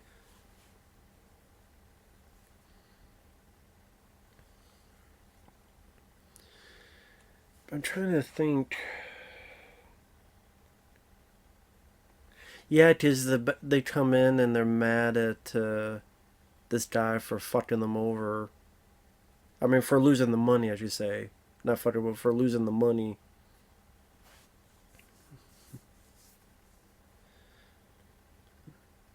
Yeah, this big fucking rope.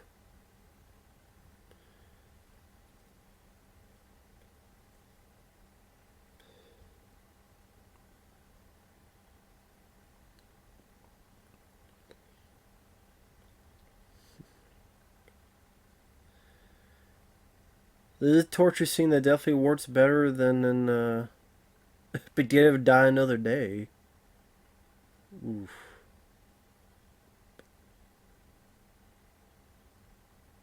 That's why the hole in the chair.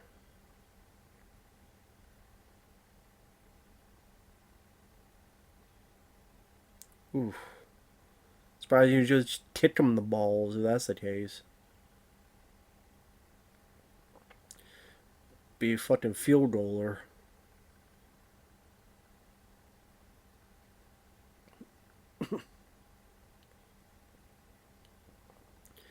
For me, I'm like, nah, dude, I don't know. I would be able to handle that at all. I'd be like, one time I'd be done. I'm like, nope, I'm good. You know, I don't want to be pissing blood. I do not want my balls to explode.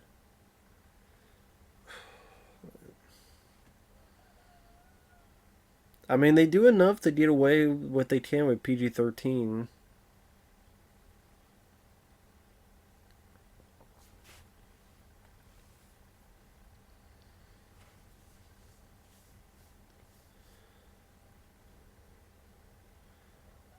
And Mads Mikkelsen doesn't do a bad job as the villain.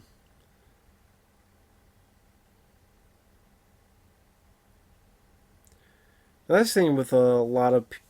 I'm sure there's a lot of folks like, do I want to be. Well, yeah, you could be a Bond villain because if you do a good job of it, you'll be remembered a lot. But then, do you want to be remembered just as a Bond villain? But I mean, there's others that have gone further, like Donald Pleasance was a Bond villain, and you'd have to be Halloween, Dr. Loomis. Yeffa Kodo was a Bond villain, and you then had Alien and the Running Man and all sorts of stuff. The whole world's gonna know you die scratching my balls.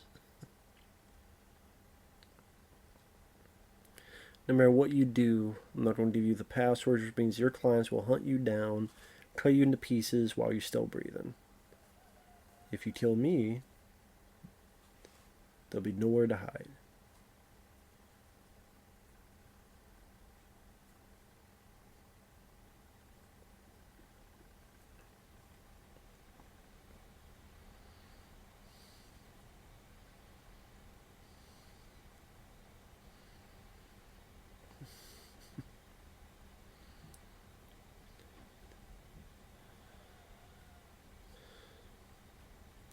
Sorry, Dan, I know this last section I've just been kind of watching the movie, but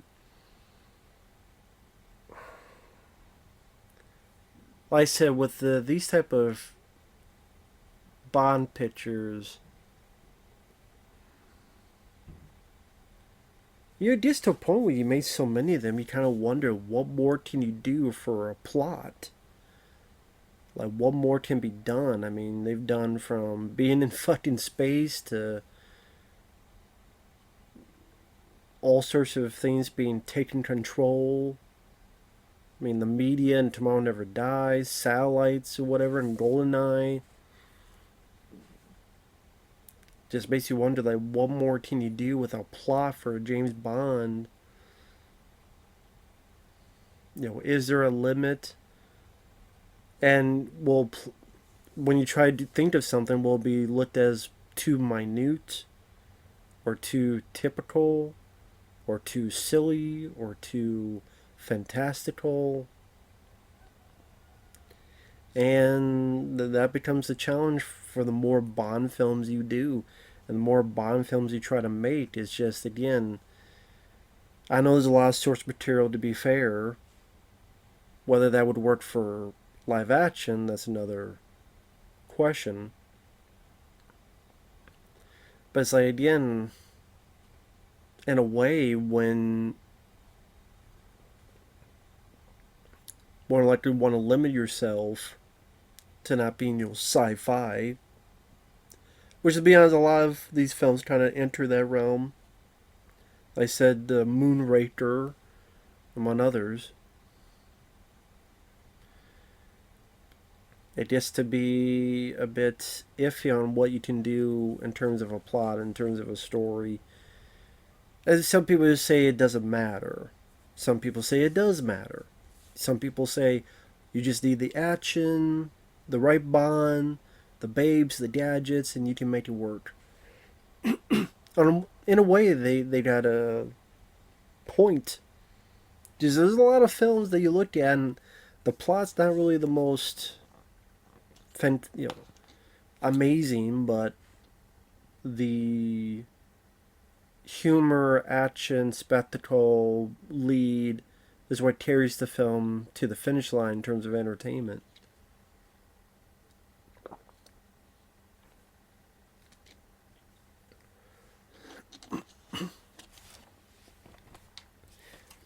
It is interesting that, this film, like, the main bad guy is dead.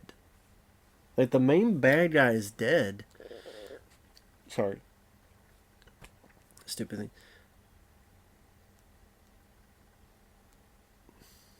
Like, the main bad guy is dead, and we still have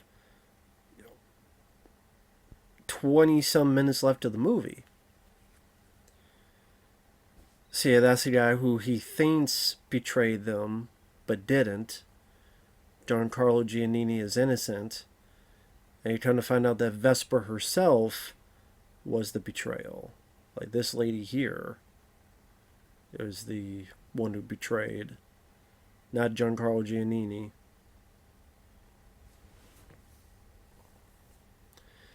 But again, like, Mads Mikkelsen's dead. Like, his character's dead. Like, what happened with that?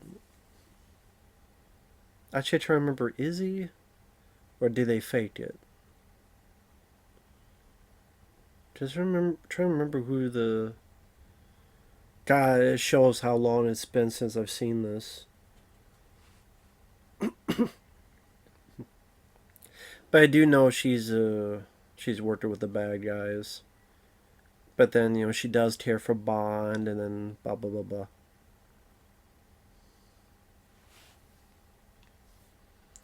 Because then in the second one, at the end, there's this Mr. White that he put into the trunk, and you have this car chase happening. And then at the end of Quantum of Solace, he finds the guy that kind of pushed Vesper into doing this, Steam, and gets him caught.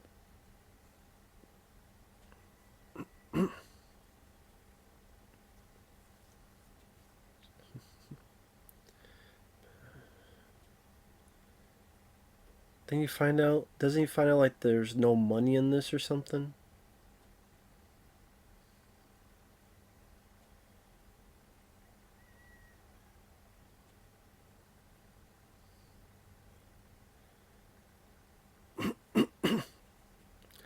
I waited to get the account and password.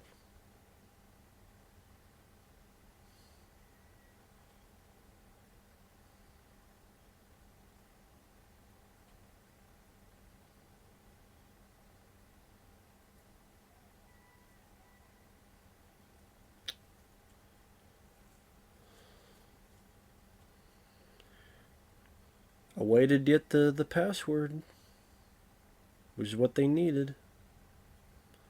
That's what they needed the whole time, the whole password. Oh yeah, he finds out that the money's not where it's supposed to. It's like, what the fuck happened? And the only person would have known, other than Bond, was her. And that's why she's so devastated, because another reminder of how Bond feels about her, and feels bad, gonna fuck him over for...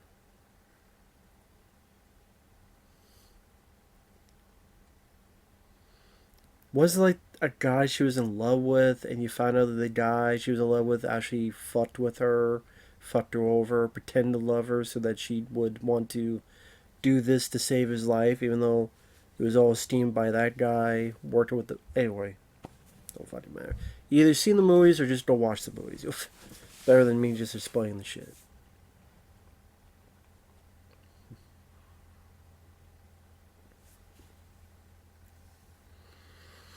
You have no armor left, you gotta go find some before the Doom creatures kill you. I don't know why I'm thinking of Doom. Armor. Those little things. I don't know why I thought of Doom. A lot of first person shooters have that. Get the armor.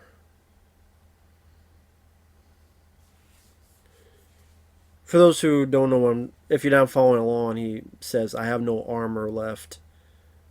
Because she's like, you put your armor back up. As in, hold his emotions down. Things of that nature.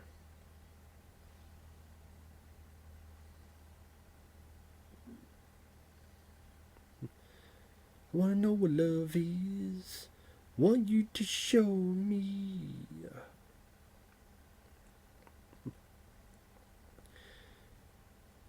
Fuck. Tear everything fucking down. Shit.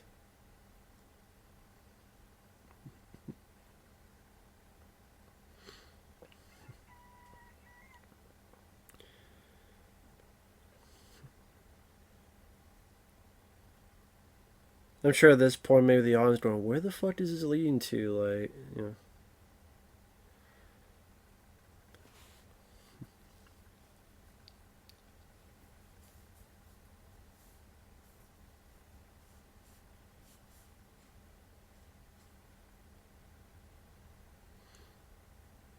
See, someone told about how he, you know, the tell, the tracking, and again, that's why he thought it was Giancarlo Giannini, and it's a person around his fucking chest, right next to his nipple. Be careful, she'd be ready to bite the nipple. You bite my ass, Vesper, bite my ass. Give a fuck, Vesper. Eat it, suck it, duck it. You can suck it.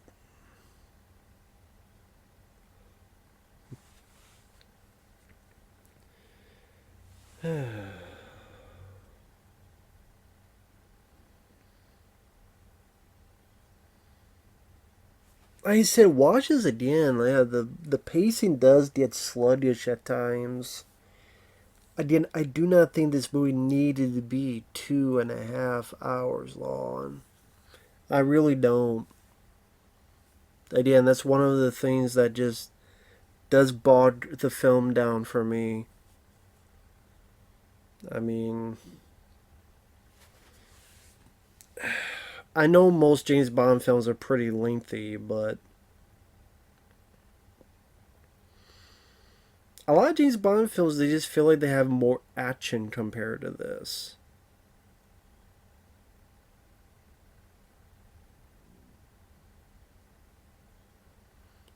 So after his first mission, he's already quitting. How convenient. It's like, wow, you stole the money and now you want to resign. Convenient.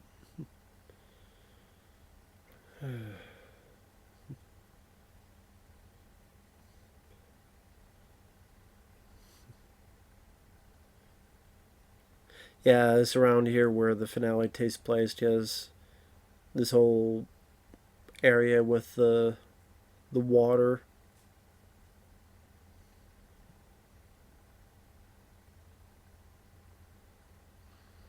Sees that. That's her clue. They get the fuck out of Dodge.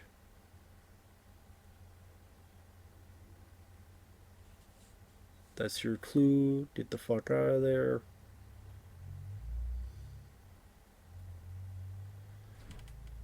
Man.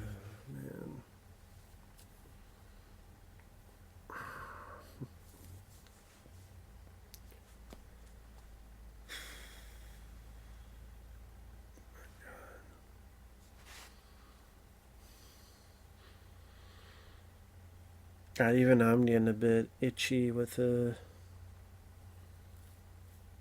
so damn long. I gotta go for a bathroom break. Seriously. Like I said, I appreciate for people like you'll send in the request, but I would say again, if it's going to be a film that's like to do a commentary for like over 2.5, though 3 hours, a little bit more would be appreciated. Always I'd have to say, hey, if maybe limit it down to just like maybe 2 hour movies at most or something. Man, like I said, I've run out of stuff to say. I just really don't know what else to say. And we still got like 20 minutes left?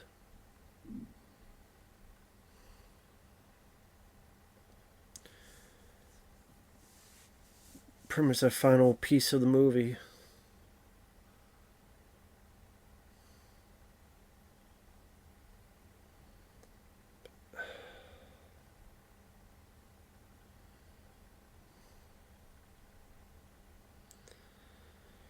Now you're gonna see Jack Chiffre back.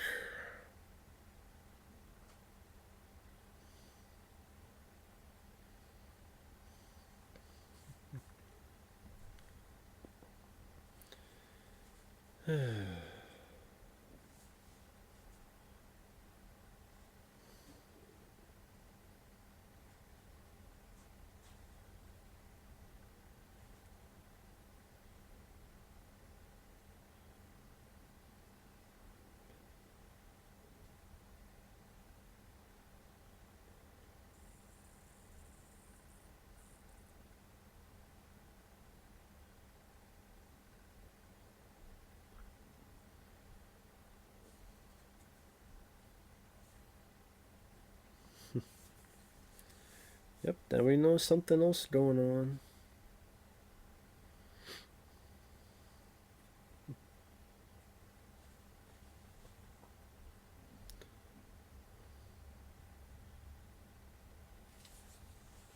Aha. Of course they're being withdrawn as we speak.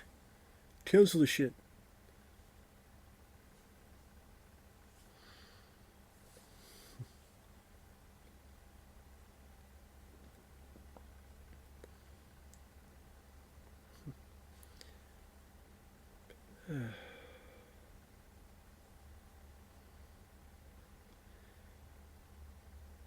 Since I don't want to screw up the timing, I'll be right back because I do have to do something real quick, so I'll just keep it running while Bond is here running as well. I'll be right back.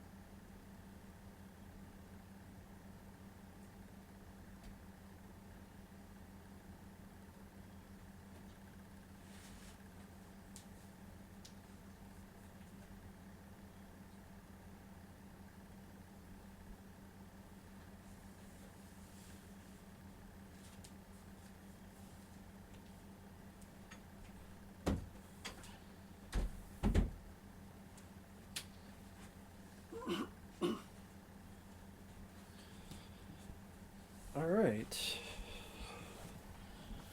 Going back to this. Put my microphone over here.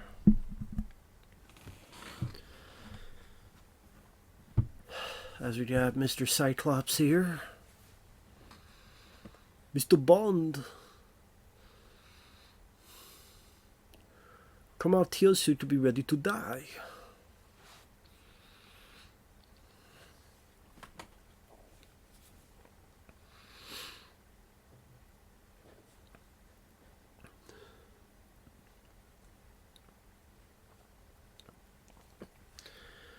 Yeah, so with the end credits, we've got like 15 minutes left.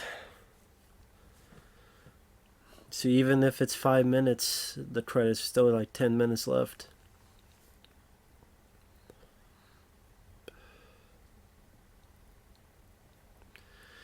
I know Daniel Craig,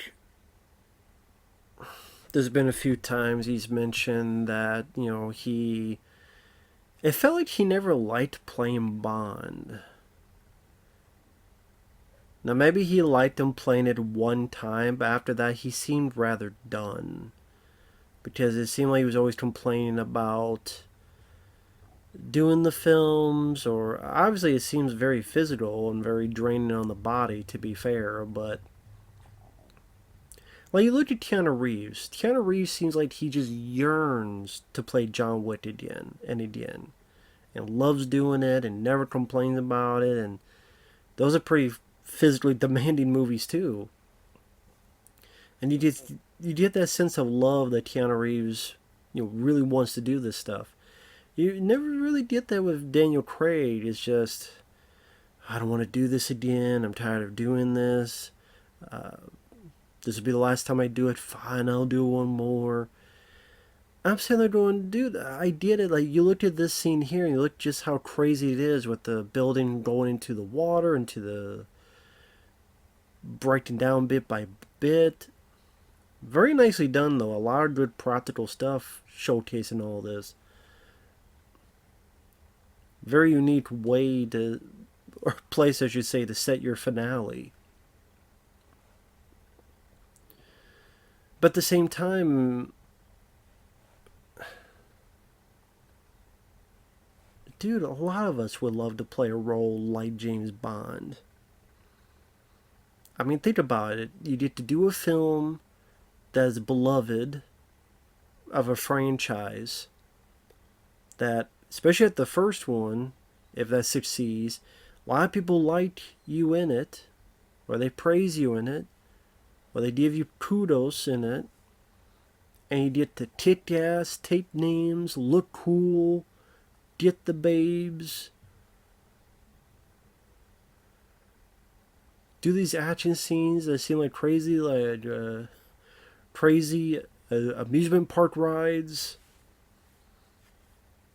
the cool clothes, the cool gadgets, at least in other ones, fast cars. It seems like be the role to play. And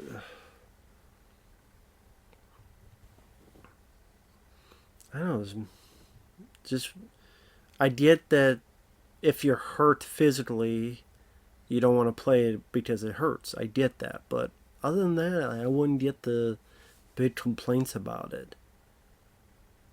Unless you just like die another day, then maybe I would understand. Again, even more of that Bruno's, like we saw a guy become a pincushion pretty much from those nail guns. Boom, right in the eye. Or his eye patch. Which I'm sure is a way to do it, is still stick with the rating. But it's kind of interesting, like you have this whole finale and none of these people are the main villains. It seems like Mads Mikkelsen or anybody.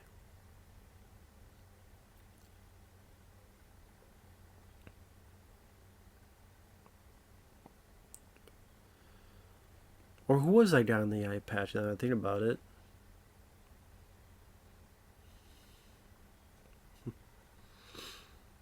But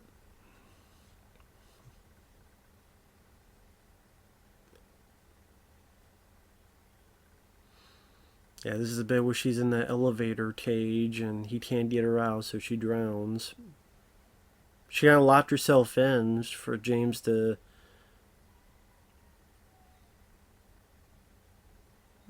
live.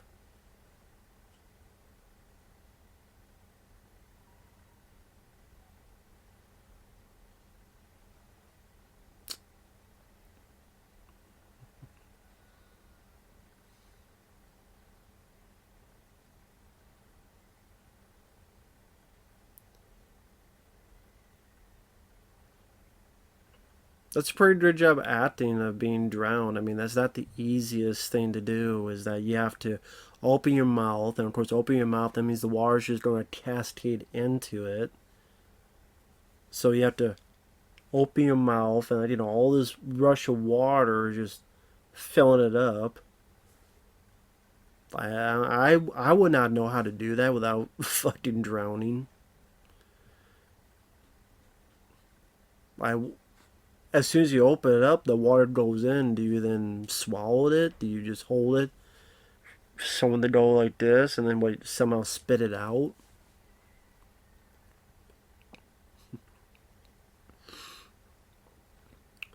I think for an audience, like, they assume he's going to save her and she's going to puff that water out. So when she dies, I think that people like bit taken aback, like, oh shit. Like I said, I'm sure there's a lot of people that assume that she would make it and spit out the water and stuff, but makes the ending a little bit more powerful.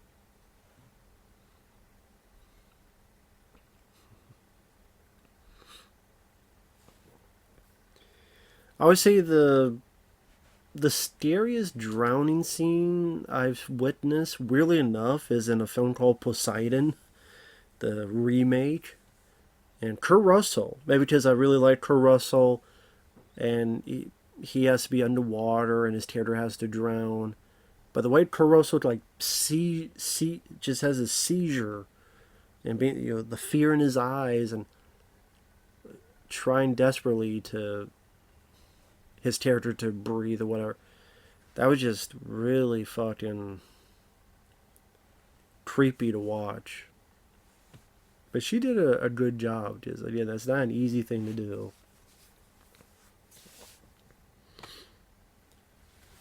She had a boyfriend that was kidnapped.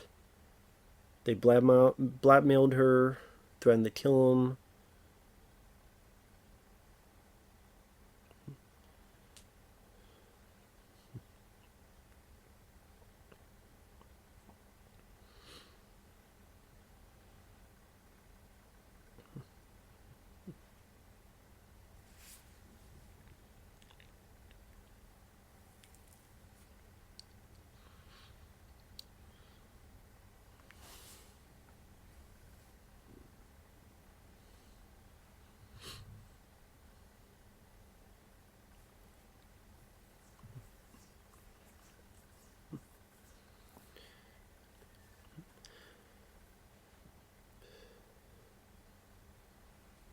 So I'm trying to remember the money. Like, did they get the money? Did the bad guys get the money? I'm trying to remember now.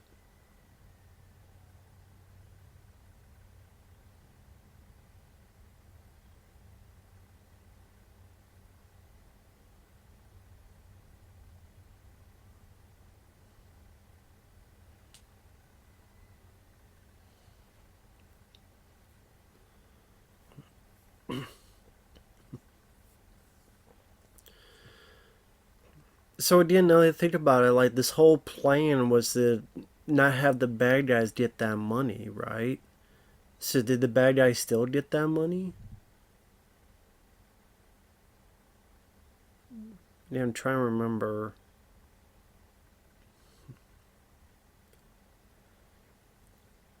I'm trying to remember.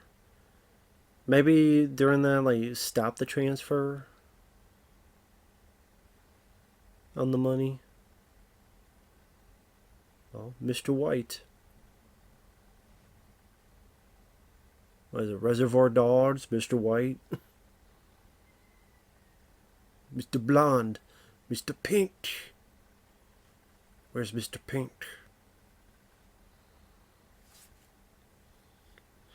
My first question is, where's the money, Lebowski?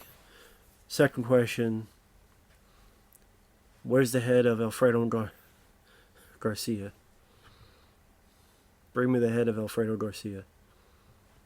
Third, do you bleed? If not, you will. Or whatever fuck was said in that stupid movie.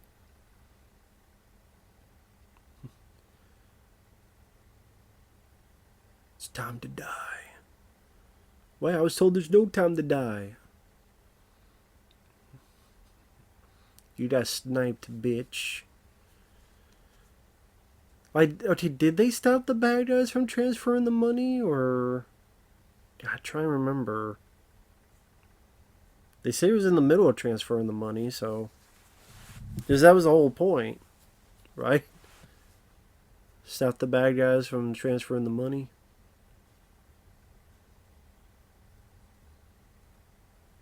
Name's Bond. James Bond. And you get the James Bond theme.